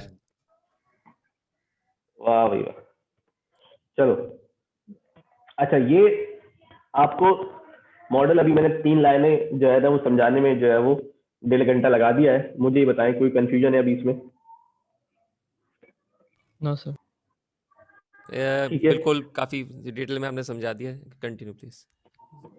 अच्छा जी, अब सीन ये है, अभी भी इसके अंदर कुछ चीजें जो है वो आपको पढ़ते हैं हम। ये अब बता रहा है कि भाई अब वही लेयर की बातें करें, लेयर की मुख्तलिफ डेफिनेशन ये आ रही है, एग्जामिनेशन पॉइंट ऑफ व्यू से आप याद रखेंगे, क्विज में आपके पास लेयर की डेफिनेशन आ सकती है कि भाई कौन कौन सी डेफिनेशन लेयर की, मल्टीपल आंसर सेलेक्ट करो। Core building of block of neural network कौन है? भी लेयर है, ये भी हमने देख लिया। लेयर क्या करती है? भी डाटा प्री प्रोसेसिंग मॉड्यूल है जो कि फिल्टर के तौर पे काम करती है, सही बात है भी। इसमें डाटा जाता है, बाहर आता है और मोर यूजफुल फॉर्म में हो जाता है। लेयर करती क्या है? एक्सट्रैक्ट करती है, रिप्रेजेंटेशन निकालती है, काम की चीजें निकालती है डाटा में से जो डाटा उससे मिलता है, और ऐसी काम की चीजें होती हैं जो प्रॉब्लम सॉल्व करने में मदद करती है, मीनिंगफुल होती है। ज्यादातर डीप लर्निंग जो है वो उसका काम ही यही है कि चेनिंग टुगेदर सिंपल लेयर, और ये डाटा डिस्टालेशन की तरह उसमें से डाटा गुजरता रहता है और आहिस्ता आहिस्ता छांटता रहता है, छनता रहता है। ये काम करती है एक छल्ली की तरह, सीप की तरह, ठीक है, जो कि सक्सेशन इंक्रीजिंग जो है ना, एक के बाद एक लेयर जो है बढ़ती जाती है, डाटा फिल्टर बन जाता है, वही जो है वो हमारा लेयर है। तो एक ही चीज को मुख्तलिफ अंदाज में जो है जो जो उसके फंक्शन है हर एंगल से उसको डिफाइन करने की कोशिश की है। अब अपने मॉडल की बात करते हैं। ये कहता है हमारे नेटवर्क के अंदर जो है वो 2 डेंस लेयर्स हैं, एक इनपुट है, एक 512 वाली और एक 10 वाली, विच आर डेंसली कनेक्टेड, जो कि डेंसली कनेक्टेड, डेंस मैंने समझा दिया, फुली कनेक्टेड है, न्यूरल लेयर। सेकेंड लेयर जो है और वही हमारी आखिरी लेयर है, इज अ 10 वे, उसमें 10 यूनिट्स है यानी 10 न्यूरॉन्स है, सॉफ्टमैक्स लेयर है, उसके अंदर एक्टिवेशन फंक्शन क्योंकि सॉफ्टनेस लगा हुआ इसलिए कह रहे हैं सॉफ्टमैक्स लेयर जो है वो। सॉफ्टमैक्स फंक्शन क्या करता है, ये इधर इन्होंने थोड़ा सा डिफाइन करने की कोशिश की है कि it will return an array of 10 probability scores, के आखिरी लेयर के अंदर 10 आउटपुट आएंगे, यानी एक एरे आएगी जिसमें 10 आउटपुट आ रहे होंगे लाइन से, और वो आउटपुट होंगे प्रोबेबिलिटी स्कोर, प्रोबेबिलिटी होगी कि जो डिजिट हमने पास किया है इनपुट में, वो डिजिट की प्रोबेबिलिटी उन 10 क्लासेस में से कौन सी क्लास में लाई कर रही है। अच्छा, वो कुछ प्रोबेबिलिटी 0 को मिली होगी, कुछ 1 को मिली होगी, लेकिन जो मैक्सिमम प्रोबेबिलिटी जहां मिली होगी वही हमारा आंसर होगा, क्योंकि हो सकता है हैंड रिटन डिजिट है ना, कुछ लोग जो है अगर ये कंप्यूटराइज और प्रिंटेड डिजिट होते तो 4 हमेशा एक सही 4 रहता, लेकिन ये क्योंकि हैंड रिटन डिजिट है, मैं लिखूंगा 4 किसी और तरह, आप लिखेंगे किसी और तरह, कोई और लिखेगा किसी और तरह, कोई और ऐसा लिखेगा तो समझ में नहीं आएगा 9 लिखा है या 4 लिखा है। तो मॉडल भी कुछ अगर 4 मैंने दिया है उसको जरा कंफ्यूजन वाला 4, तो माइट भी कि उसको 9 भी समझे, तो कुछ प्रोबेबिलिटी स्कोर जो है वो 9 की तरफ जा रहा होगा, 0.2%, 0.3%, 0.6, 0.6.5 ये जा रहा होगा 4 की तरफ। तो मैक्सिमम प्रोबेबिलिटी जो है वो उस एरे में उस नंबर पे आ रही होगी, तो वो हमारा रिजल्ट जो है वो कंसिडर किया जाएगा। इस बात को समझाने के लिए मैं यहाँ ले चलता हूँ आपको पुरानी वाली स्लाइड के ऊपर, जहां पर हमने ये देखा था। ये मैंने 4 दिया यहाँ पे, रिजल्ट में हमारे पास क्या आ रही है, एरे में 10 आंसर आ रहे हैं, ठीक है। इस 10 में से जिस इंडेक्स के ऊपर मैक्सिमम वैल्यू आ रही होगी, ये 10 इंडेक्स है ना, जिस इंडेक्स पे मैक्सिमम वैल्यू आ रही होगी, वी विल सपोज दैट कि हमारा मॉडल ये प्रेडिक्ट कर रहा है कि इसकी क्लास जो है वो ये है, यानी इस इमेज की क्लास जो है वो 4 है, वो प्रेडिक्ट कर रहा होगा क्योंकि 4 पे ज्यादा बड़ी प्रोबेबिलिटी स्कोर आ रहा होगा। ओके हो गई बात। ये सॉफ्टमैक्स क्योंकि प्रोबेबिलिटीज जो है वो रिटर्न करता है, इसलिए हमने इससे 10 प्रोबेबिलिटी स्कोर जो है वो मंगा लिए।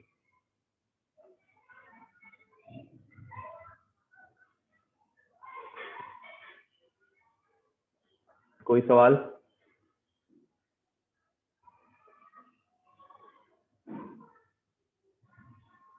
No sir, continue please. चले जी, ओके।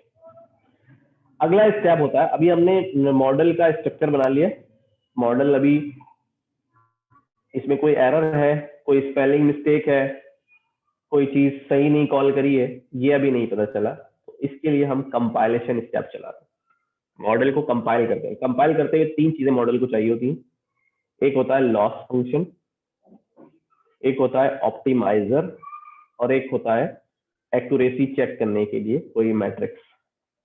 आपको याद होगा जो हमने फर्स्ट क्लास में अपना मॉडल बनाया था, हमने वहां लॉस फंक्शन खुद बनाया था, रूट मीन स्क्वायर का, ठीक है।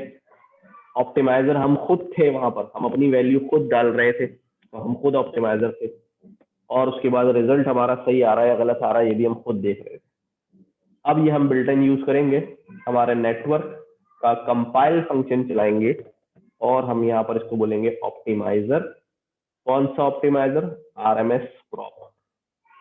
अब there is a list of optimiser, जैसे मैंने यहाँ पे लिखा एक्टिवेशंस का, मैं यहाँ केरस ऑप्टिमाइजर, तो बहुत सारे ऑप्टिमाइजर जो है वो केरस पे मौजूद हैं, इधर नीचे भी नाम लिखे हुए आ रहे हैं, ठीक है ना। तो आपको नजर आएंगे जिसमें एडम है, SGD है, ठीक है, stochastic gradient descent, RMS prop, Adam. तो और इनकी आर्गुमेंट्स और सारी चीजें डिटेल जो है यहाँ पे लिखी हुई। आरएमएस प्रॉप जो है ना वो एक ऐसा जनरल ऑप्टिमाइजर है जो किसी भी प्रॉब्लम के ऊपर चल जाता है। अगर आपको नहीं समझ में आ रहा तो you can use RMS prop, तो वो किसी भी जनरल चल जाता है। लॉस फंक्शन जो है वो कैटेगोरिकल क्रॉस एंट्रोपी यूज हो रहा है। अब ये कैटेगोरिकल क्रॉस एंट्रोपी क्या है? अगर कोई स्टैटिस्टिक्स का स्टूडेंट है तो उसने यकीनन ये फार्मूला जो है वो पढ़ा होगा, आरएमएस प्रॉप का भी पढ़ा होगा,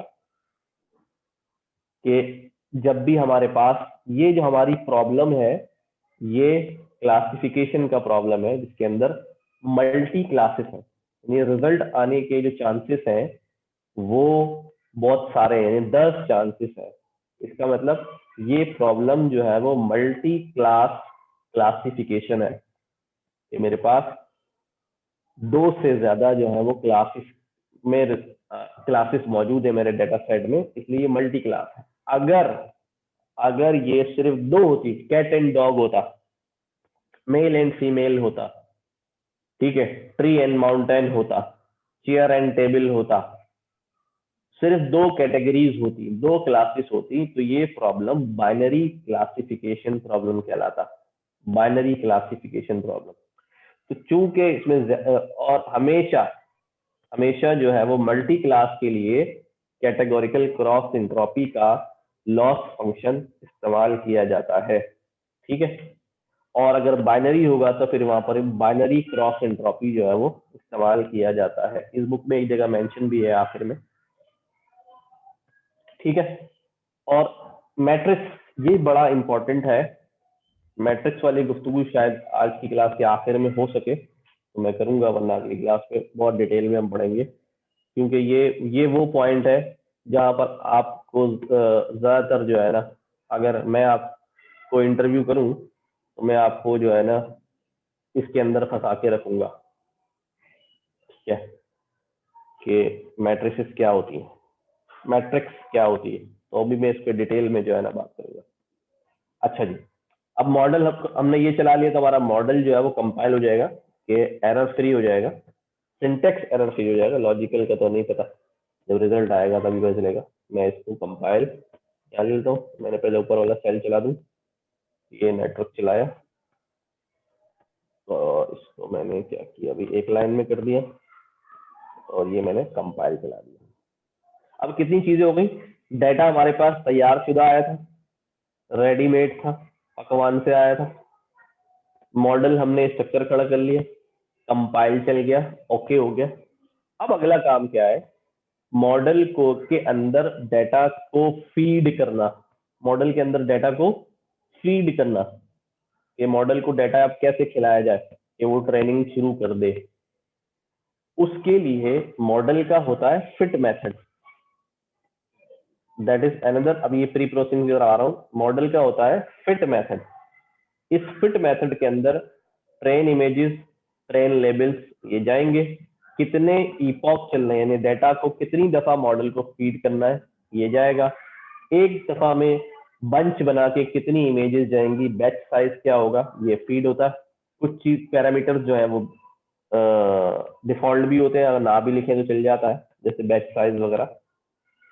लेकिन फिट मेथड जो है वो डाटा को कहाँ ले जाएगा, मॉडल के अंदर फीड कराएगा। लेकिन उससे पहले ये देखना होगा कि जो डाटा मैं मॉडल को दे रहा हूं वो इस काबिल है कि मॉडल उसको हजम कर सके। Let's check. अब ये वाली बात करता हूं मैं, जो बात मैंने की है कि क्या डाटा मेरा उस काबिल है, उस शक्ल में है कि मॉडल उसको खा सके, ले सके, ट्रेन हो सके। तो ये कहता है before training we will preprocess the data, training करने से पहले हम डाटा को क्या करेंगे, प्री प्रोसेस करेंगे। द डाटा कैसे प्रोसेस करेंगे, रीशेपिंग इट, उसको रीशेप करेंगे। कैसा रीशेप करेंगे, into the shape the network expects, उस शेप में लेकर आएंगे जिस शेप में नेटवर्क को चाहिए, एक्सपेक्ट करता है नेटवर्क। नेटवर्क कैसा एक्सपेक्ट करता है, कोई बताएगा मुझे आप में से जल्दी से? 0 1 नहीं नेटवर्क को हमने बोला था आपके पास 784 का वेक्टर आएगा, याद है? जी सर।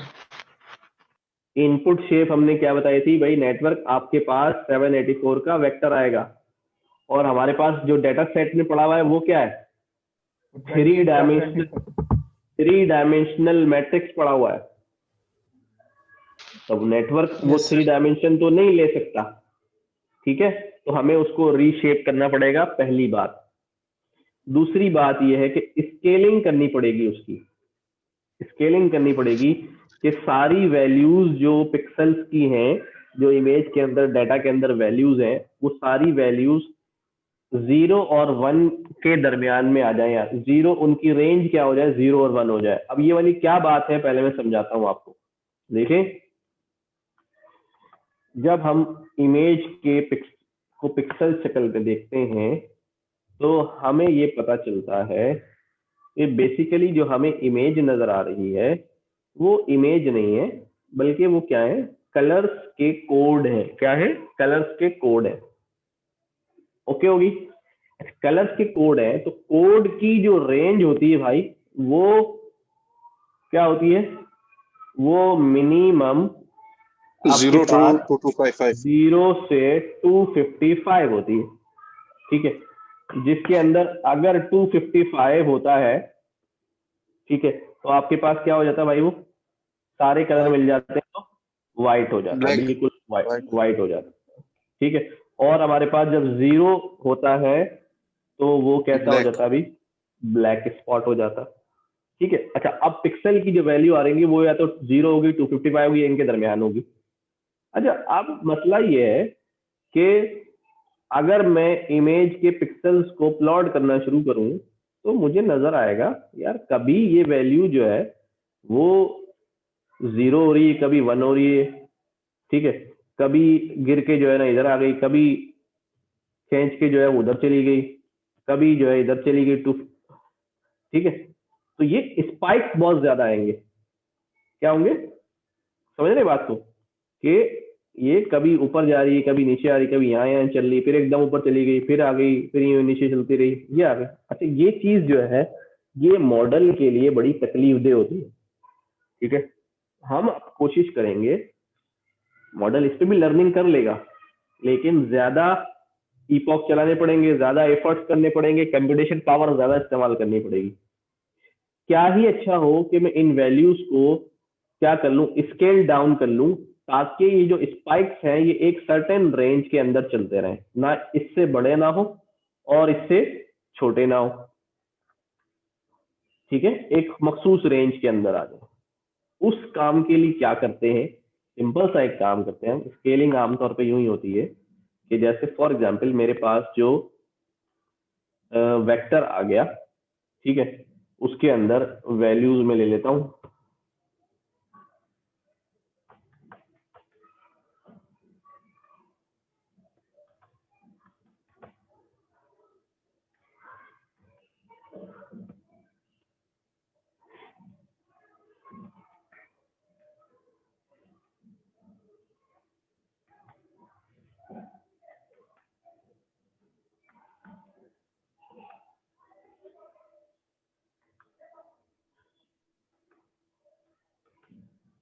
फॉर एग्जाम्पल ये पिक्सल की वैल्यूज है, ठीक है? अब मुझे अगर स्केल डाउन करना है तो मैं क्या करूंगा? मैं हर एक वैल्यू को इस रेंज की मैक्सिमम वैल्यू से क्या कर दूंगा? डिवाइड कर दूंगा।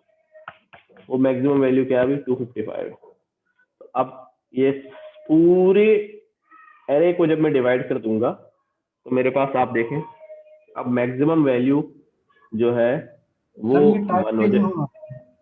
जी 2545 कर दिया आपने टाइप। मैं अभी सही कर देता, अभी सही कर देता। 255। अब मेरे पास मैक्सिमम वैल्यू जो है 1 है और मिनिमम वैल्यू कितनी है? 0 है। तो एक सर्टेन रेंज में आ गई, स्केल डाउन हो गई। ओके, तो यही काम जो है वो यहाँ पे किया, कि जो ट्रेन इमेजेस का डेटा सेट है उस पूरे डेटा सेट को फ्लॉट में कन्वर्ट किया, और 255 से डिवाइड कर दिया, क्योंकि पिक्सल की मैक्सिमम वैल्यू कितनी है 255। अब एक इंपॉर्टेंट बात यहाँ पर आ रही है कि हमारे पास चूंकि ये रीशेप कर रहे हैं, रीशेप करते हुए बोल रहे हैं कि इसको रीशेप कर दो। किसको रीशेप कर दो? जो हमारा डाटा था 60,000, 28, 28, यही हमारा डाटा सेट था ना ट्रेनिंग का। ये कह रहे हैं भाई इसको जो है ना वो आप रीशेप कर दें। किसमें रीशेप कर दें? इसको आप रीशेप कर दें 60,000, 784 में रीशेप कर दें। अब सवाल ये है कि चलो रीशेप तो वो कर देगा, कोई मसला ही नहीं, रीशेप का फंक्शन लगाया और उसने कर दिया 60,000, ये मल्टीप्लाई करके इसी लिखते हैं ताकि इमेज का साइज ध्यान में रहे, वरना ये एक ही वैल्यू बनेगी 784। अब ये हो रहा कैसे होगा ये इंपॉर्टेंट है, रीशेप कैसे हो रहा होगा। जरूरत नहीं है हमें जानने की, लेकिन फिर भी मैं आपको जो है वो बताता हूँ। मेरे पास जो है डाटा सेट के अंदर कितनी इमेजेस हैं भाई? एक इमेज, 2 इमेज और 3 इमेज एंड सो ऑन। और ये कह रहा है कि अब डाटा सेट ऐसा बनाओ कि भाई उसके अंदर 60,000 रॉज हो और 784 कॉलम्स हो। तो ये क्या करेगा? देखो ये हमारे पास पहली इमेज जो है इसके अंदर कितनी रॉ होंगी? जल्दी बताइए। पहली इमेज है 28 रॉ होंगी, 28 रॉ होंगी। और कॉलम कितने होंगे? 28। कॉलम भी 28 होंगे सारे, 28/28 है। 28/28। अब ये क्या करेगा? इसको रीशेप करते वक्त भाई, ठीक है, ऐसी मेरे पास 60,000 इमेजेस हैं और हर इमेज को एक रॉ बनाना है। तो ये क्या करेगा भाई? पहली इमेज में से पहली इमेज के अंदर जाएगा और उसकी पहली रॉ उठाएगा, ठीक है, और इसको यहाँ ले आया। ये कितने कॉलम्स आ गए इसके अंदर भाई? 28 आ गए। फिर दूसरी रो उठाएगा उस इमेज की,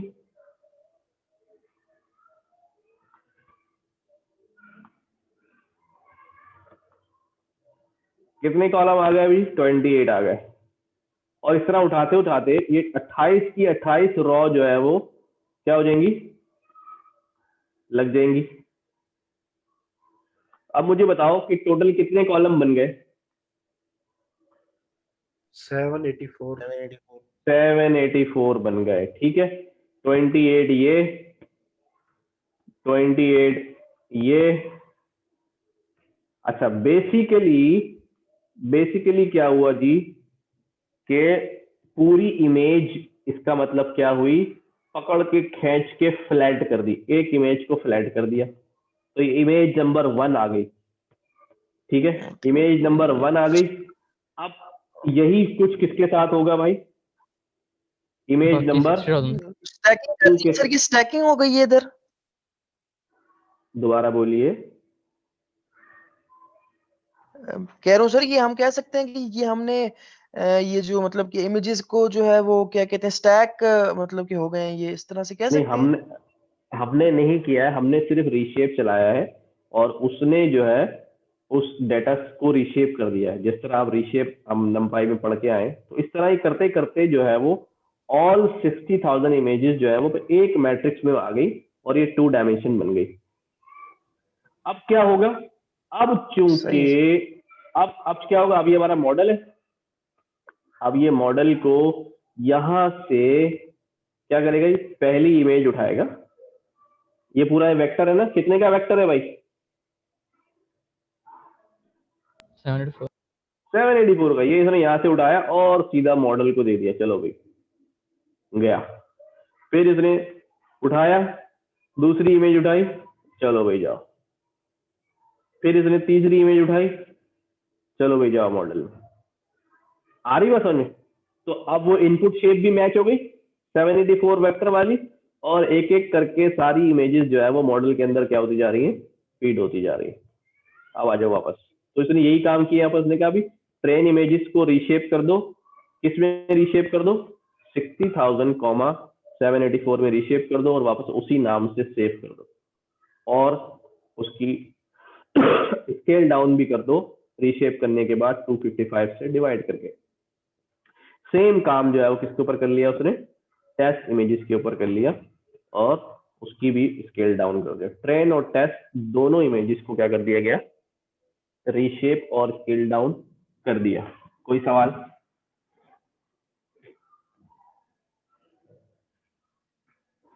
जी भाई। सर इसको रावल के जरिए नहीं कर सकते थे?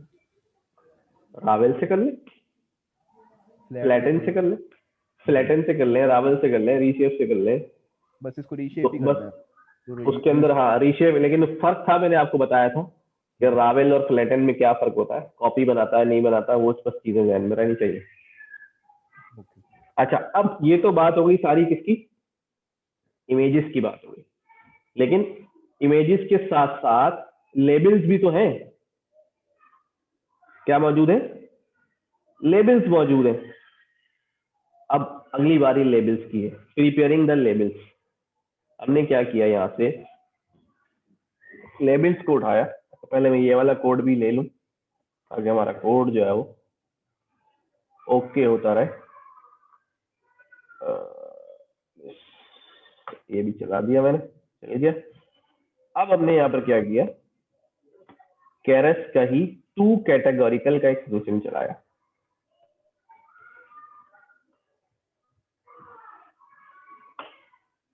ये टू कैटेगोरिकल हो गया। अच्छा, अब हुआ क्या? ये टू कैटेगोरिकल क्या चीज है और ये क्या क्या होता है? देखो भाई, डेटा जो है ना मुख्तलिफ तरीकों से क्लासिफाई होता है। एक हमारे पास डेटा जो है वो कैटेगोरिकल डेटा होता, और एक हमारे पास, बल्कि इसको यूं समझ लो, ऑर्डिनल डेटा और नॉमिनल डेटा। मैं इसको यहां समझाता हूं।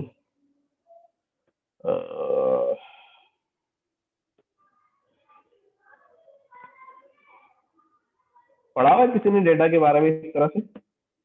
ऑर्डिनल नॉमिनल क्या चीज होता है? ये आ गया। डिस्क्रीट हमारे पास डेटा जो है वो दो तरह का होता है, ठीक है। एक कंटिन्यूअस डेटा होता है, एक डिस्क्रीट डेटा होता है। डिस्क्रीट डेटा हमारे पास दो तरह से होता है, ऑर्डिनल डेटा और नॉमिनल डेटा, ठीक है। ऑर्डिनल डेटा वो डेटा होता है जिसे हम ऑर्डर कर सकते हैं। ऑर्डर मतलब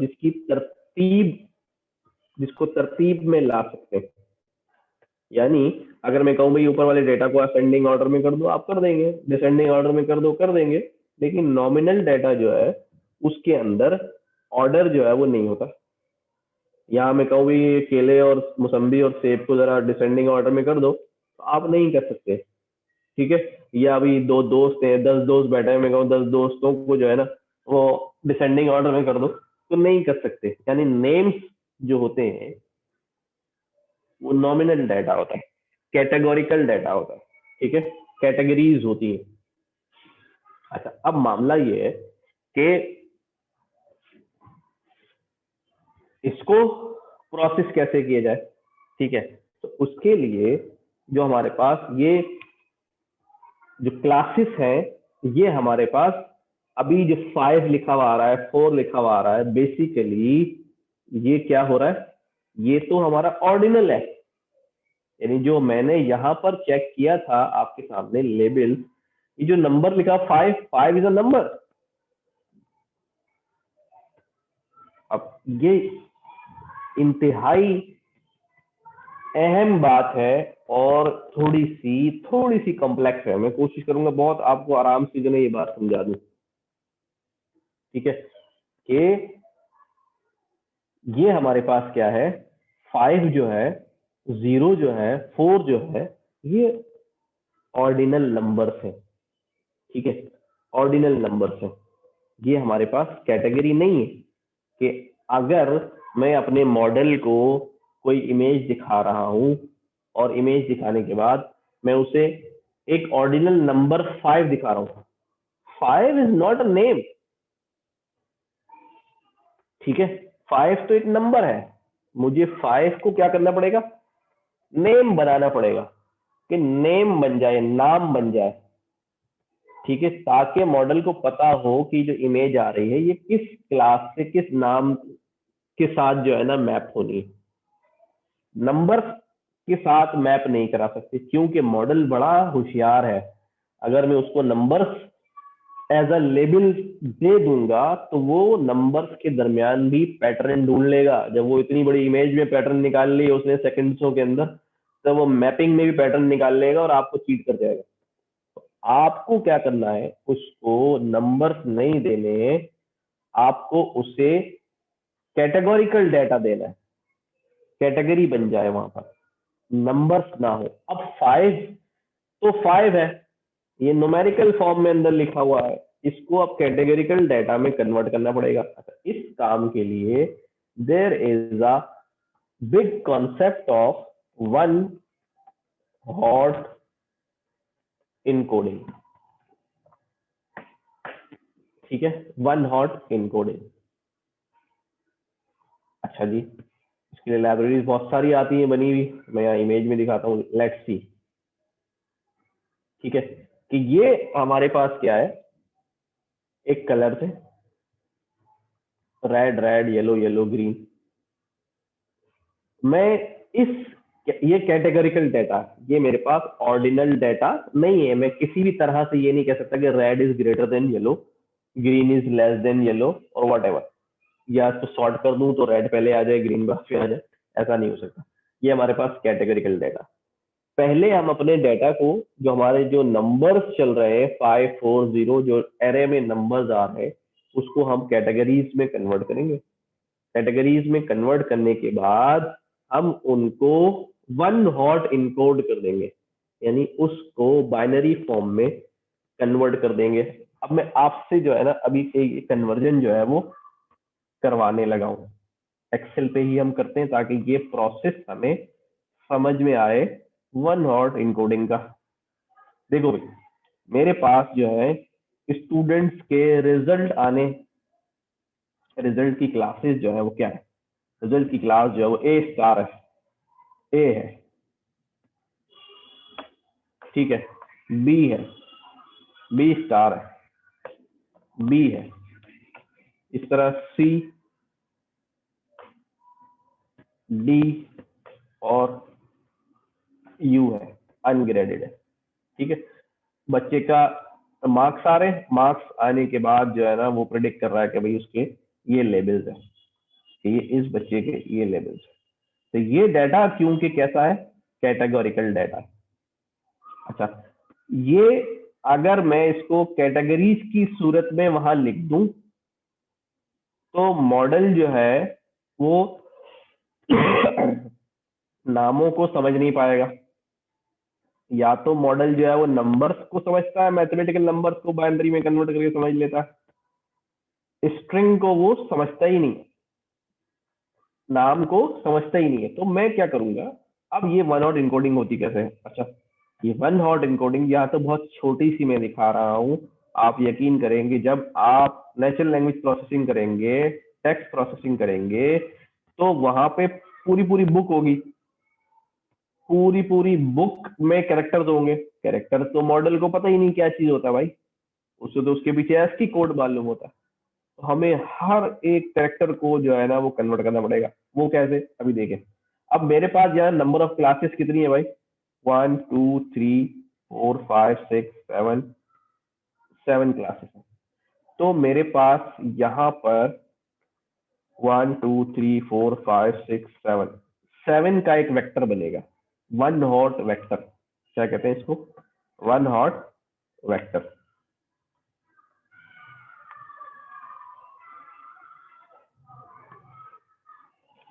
जितनी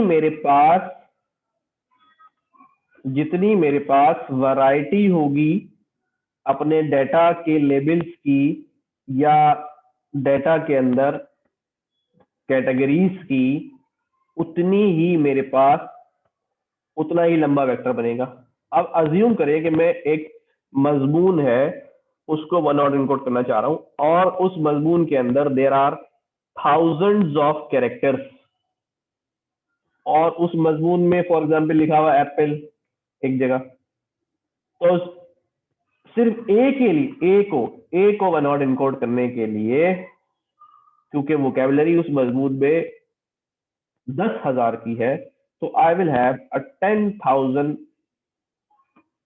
long vector for just a character A. अच्छा, अभी आते हैं इस बात पे। अब ए है, अब मैं अपने मॉडल को कैसे बताऊंगा? मैं अपने मॉडल को ये नहीं दिखाऊंगा। मेरा मॉडल जो है वो सिर्फ कुछ चीजें समझता है, मेरा सिस्टम जो है वो कुछ चीजें समझता है, ये नंबर समझता है, 0 1 समझता है। मैं कहूंगा भाई ये 1, यहाँ पर ये क्या है 0 0 0 0 0 0,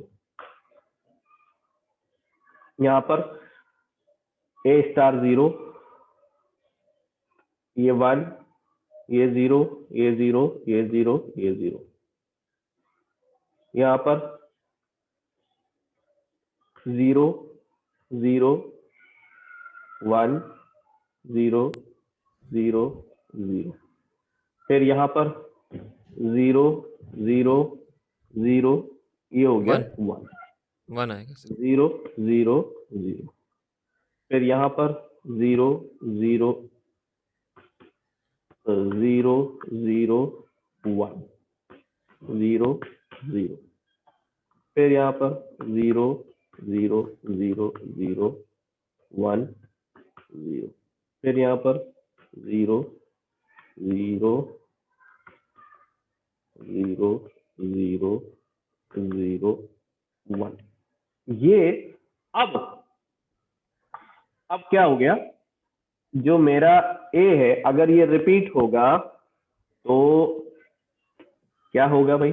फॉर एग्जाम्पल डाटा तो रिपीट हो रहा है, ये तो क्लासेस है ना, बहुत सारी बार ये रिपीट हो रहा है, तो ये पूरा वेक्टर इसके लिए क्या हो जाएगा? रिपीट हो जाएगा। सी रिपीट हो रहा है तो ये पूरा वेक्टर जो है उसके लिए क्या हो जाएगा? रिपीट हो जाएगा, क्योंकि वोकैबुलरी तो कितनी है? रिपीटेड हो रहा है, वोकैबुलरी जो है वो उतनी ही है। वोकैबुलरी वही शुमार होती है कि उसमें से रिपीटेड जो है वो क्या कर दिए हैं? माइनस कर दिए हैं। अच्छा, अब क्या हुआ? अब ये है कि जब मैं अपने मॉडल को वो डाटा दिखा रहा हूं, कौन सा वाला डाटा? इमेज वाला डाटा, जो मैंने नमपाई की शक्ल में दे दिया उसको, तो मैं उसे लेबल में ये नहीं बताऊंगा कि ये, क्योंकि नंबर तो वहां दे नहीं सकता और वहां मैं उर्दू में लिख भी नहीं सकता इंग्लिश में कि ये 5 है, तो मैं क्या करूंगा? उस नंबर को इनकोडेड कर दूंगा। अब जब रिजल्ट वो बना रहा होगा तो उसके पास ये आउटपुट में आ रहा होगा कि भाई ये फर्स्ट बिट जो है वो 1 है, बस। फॉर एग्जाम्पल ये डाटा आया, समझिएगा इस बात को तवज्जो से जरा, ये डाटा आया, ये पैटर्न आया, इस पैटर्न का जवाब जो है वो फर्स्ट बिट ऑन है।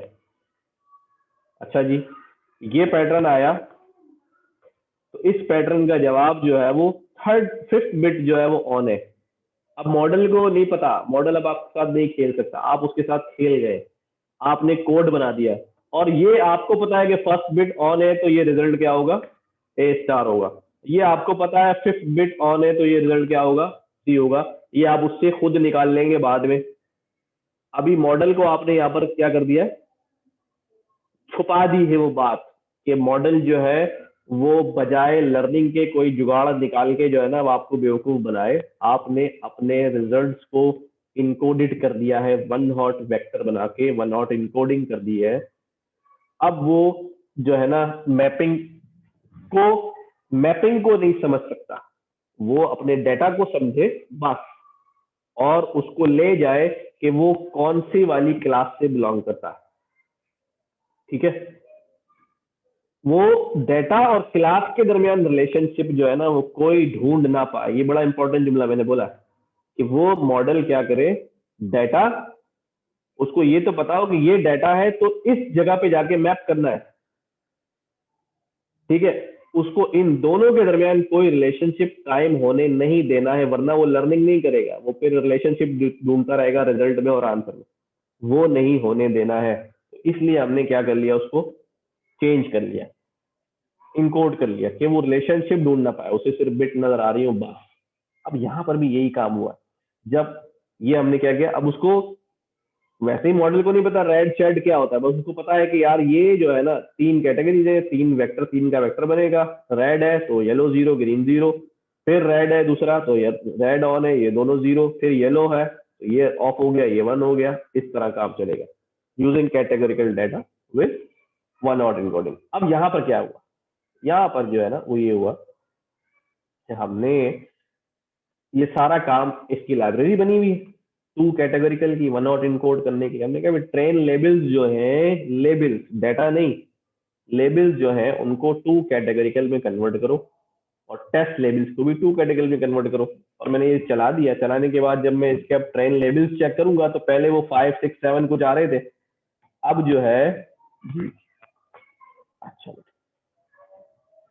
ठीक है ट्रेन लेबल्स अब चेक करता हूँ, अब मेरे पास कहानी जो है वो कैसी हो गई, 1 0 1 0 1 0 1 0, ये इनकोडेड हो गए। ठीक है, कोई सवाल इसमें?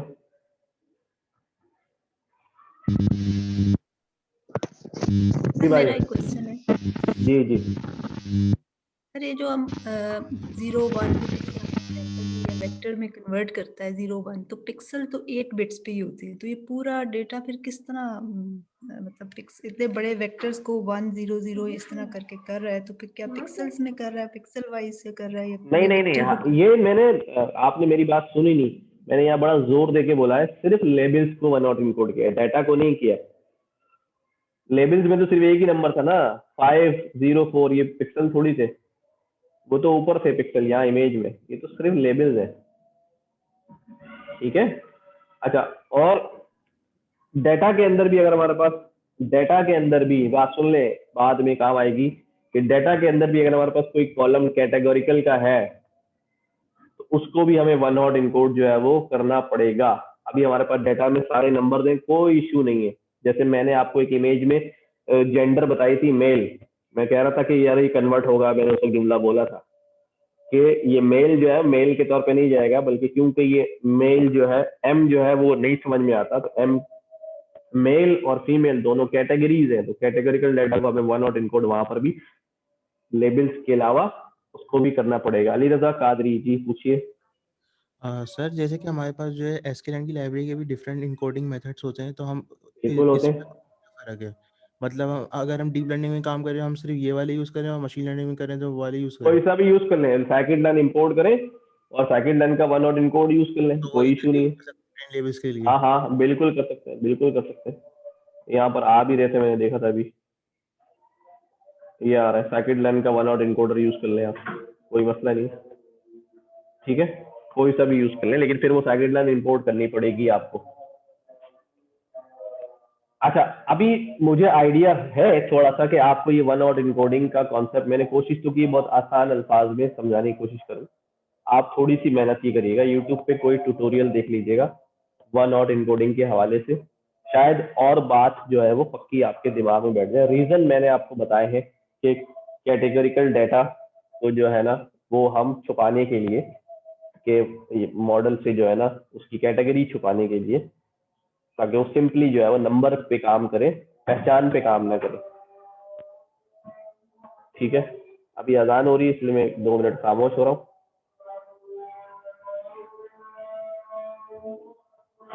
क्या कर रही हैं आप? खेल रही?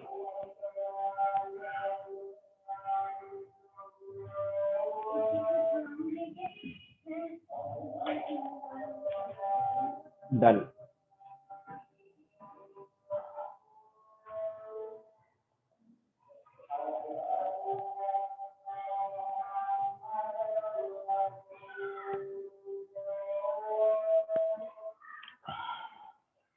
सुन,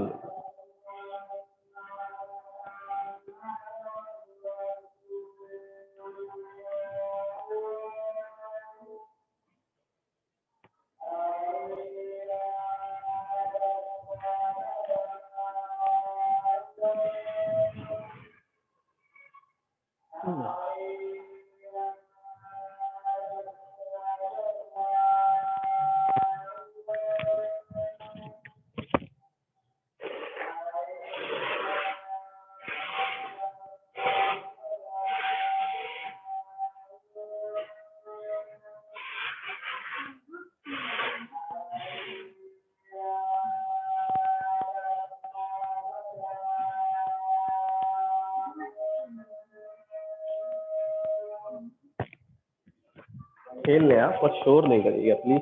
ओके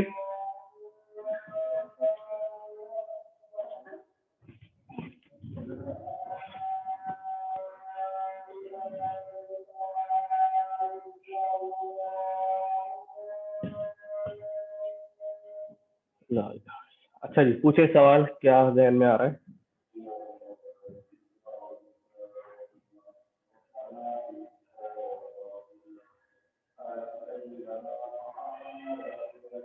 अभी जवानों कहाँ चले गए? क्लियर है सब कुछ। चलें जी, वेरी गुड, गुड हो गया, क्लियर है तो जबरदस्त। म्यूट कर लें, किसके पास से आवाज आ रही है?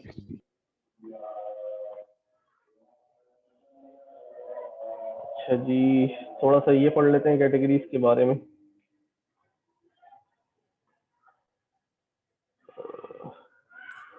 सर आज के लिए इतना काफ़ी है सर। अब क्या हो गया भाई, ये तो कोड तो चला देना, बस फिट चला देते, नेटवर्क को हमने फिट दे दिया तो डाटा रेडी हो गया ना हमारा, प्री प्रोसेस हो गया, लेबल भी कन्वर्ट हो गए, फिट चला दें बस।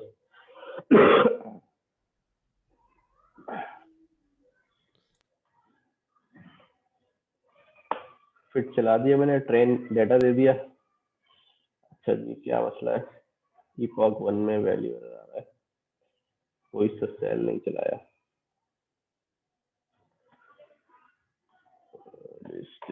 this. यहाँ क्या answer no.keras, ठीक है, लेबल्स। अच्छा जी, शेप करा रहा है।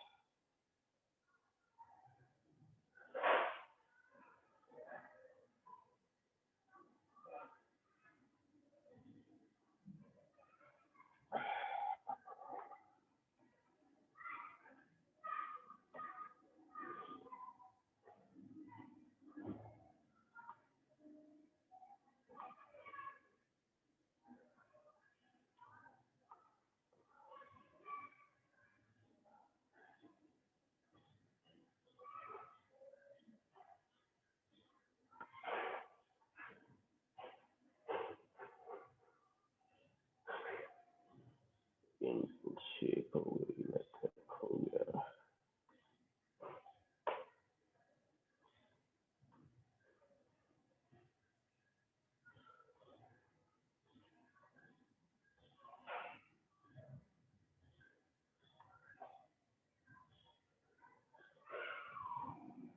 जब भी कोई एरर आ रहा है, आप लोगों की खुशकिस्मती से देखना पड़ेगा, बुक का घोड़े चिल जाता है। आई डोंट नो क्या मसला है।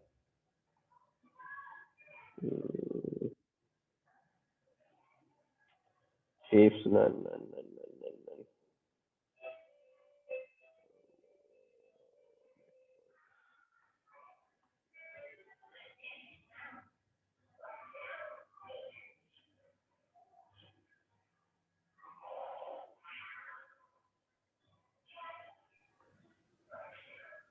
कोई वेरिएबल्स, लेबल्स। काम तो सही हो रहा है, फिर error क्यों आ रहा है? कंपाइलेशन भी चला दिया है, मैट्रिक्स भी चला दिया है।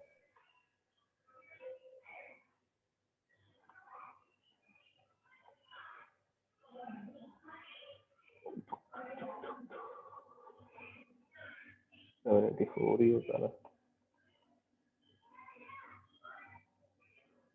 इनपुट शेप,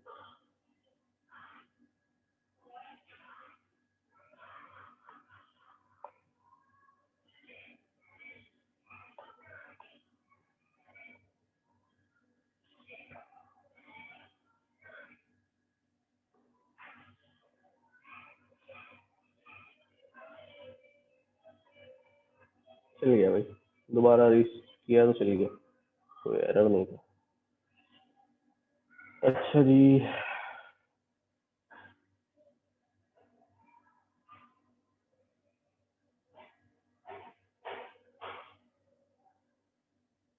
5 ही पॉक्स चलाए थे, 5 ही पॉक्स में जो है वो 98% एक्यूरेट जो है वो ट्रेनिंग के अंदर ये हो गया। ठीक है, अच्छा मैं इसको यहीं तक रख रहा हूँ। आपके 2-3 आपने काम करने असाइनमेंट के तौर पे, स्टडी असाइनमेंट के तौर पे। ठीक है, पहला काम क्या है? पहला काम ये है कि आपने वो MIT 12A ये पढ़ना है, लेक्चर जो सुनना है पूरा, नोट्स बना के ड्राइव करके। जो मैथमेटिक्स वाले हैं वो तो कर लेंगे, अगर उनको इंटीग्रेशन और डेरिवेटिव्स और डिफरेंशिएशन वगैरह जो है ना वो आती है तो समझ के करिएगा उसको। दूसरी चीज जो है वो आपने 1 इनकोडिंग जो है वो और एक्सप्लोर करना है ताकि आपका कॉन्सेप्ट जो है वो और हो जाए। आर्टिकल पढ़ेंगे, करते क्यों है, मैंने आपको समझाने की कोशिश की है, क्यों करते हैं, क्यों जरूरी है। अच्छा, 1 इनकोडिंग हो गया, और आपने जो है वो एक चीज और पढ़नी है, दैट इज कंफ्यूजन मैट्रिक्स। ठीक है, कंफ्यूजन मैट्रिक्स वो यही वाली होती है, एक्यूरेसी और ये सारी जो एक्यूरेसी दिखा रही है, हमने मैट्रिक्स यूज किया।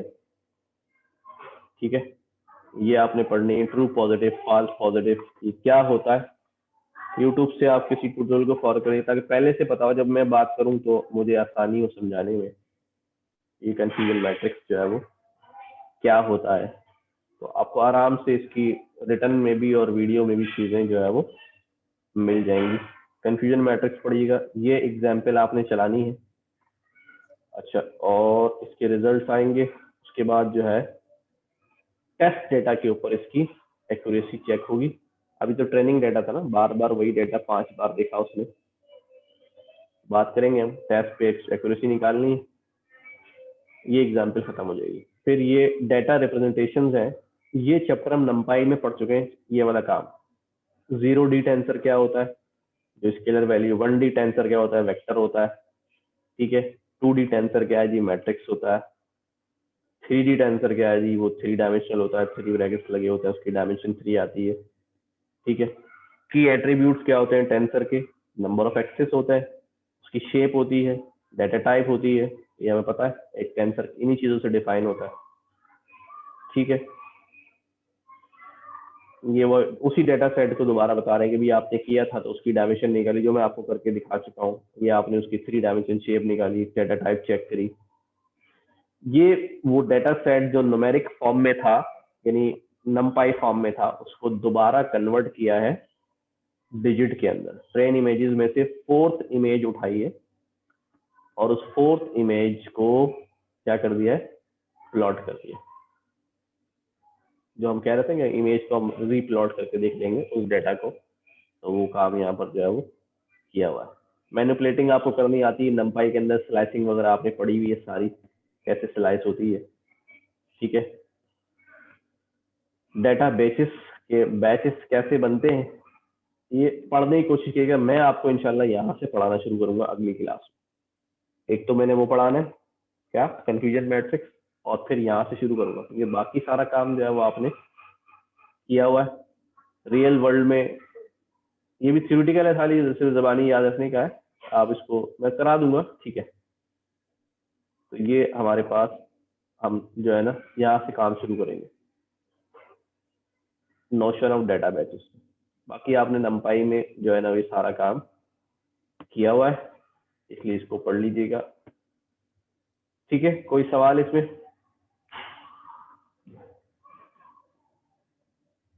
No sir.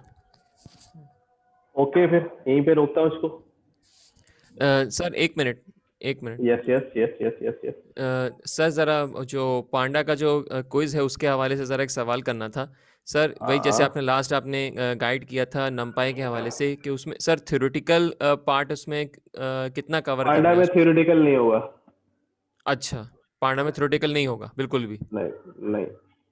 अच्छा, उसमें सारे के सारे जो आपके लेक्चर्स हैं जूम वाले, जो उनसे उनमें जो प्रैक्टिसेस करवाई हैं, जो एग्जांपल्स दी थी, बस उनकी अच्छी तरह प्रैक्टिस कर लें।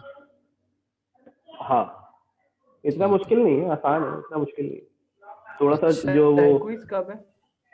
क्या कह रहे हो, क्विज कब है?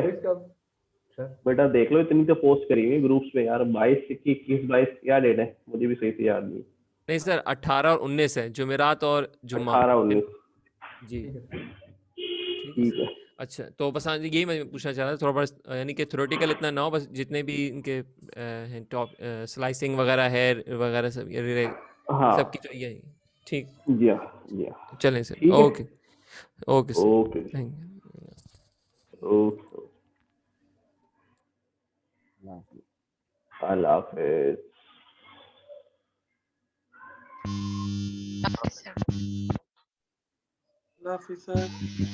अल्लाह हाफिज। कोमल आई हुई थी, मुझे पता ही नहीं था यार।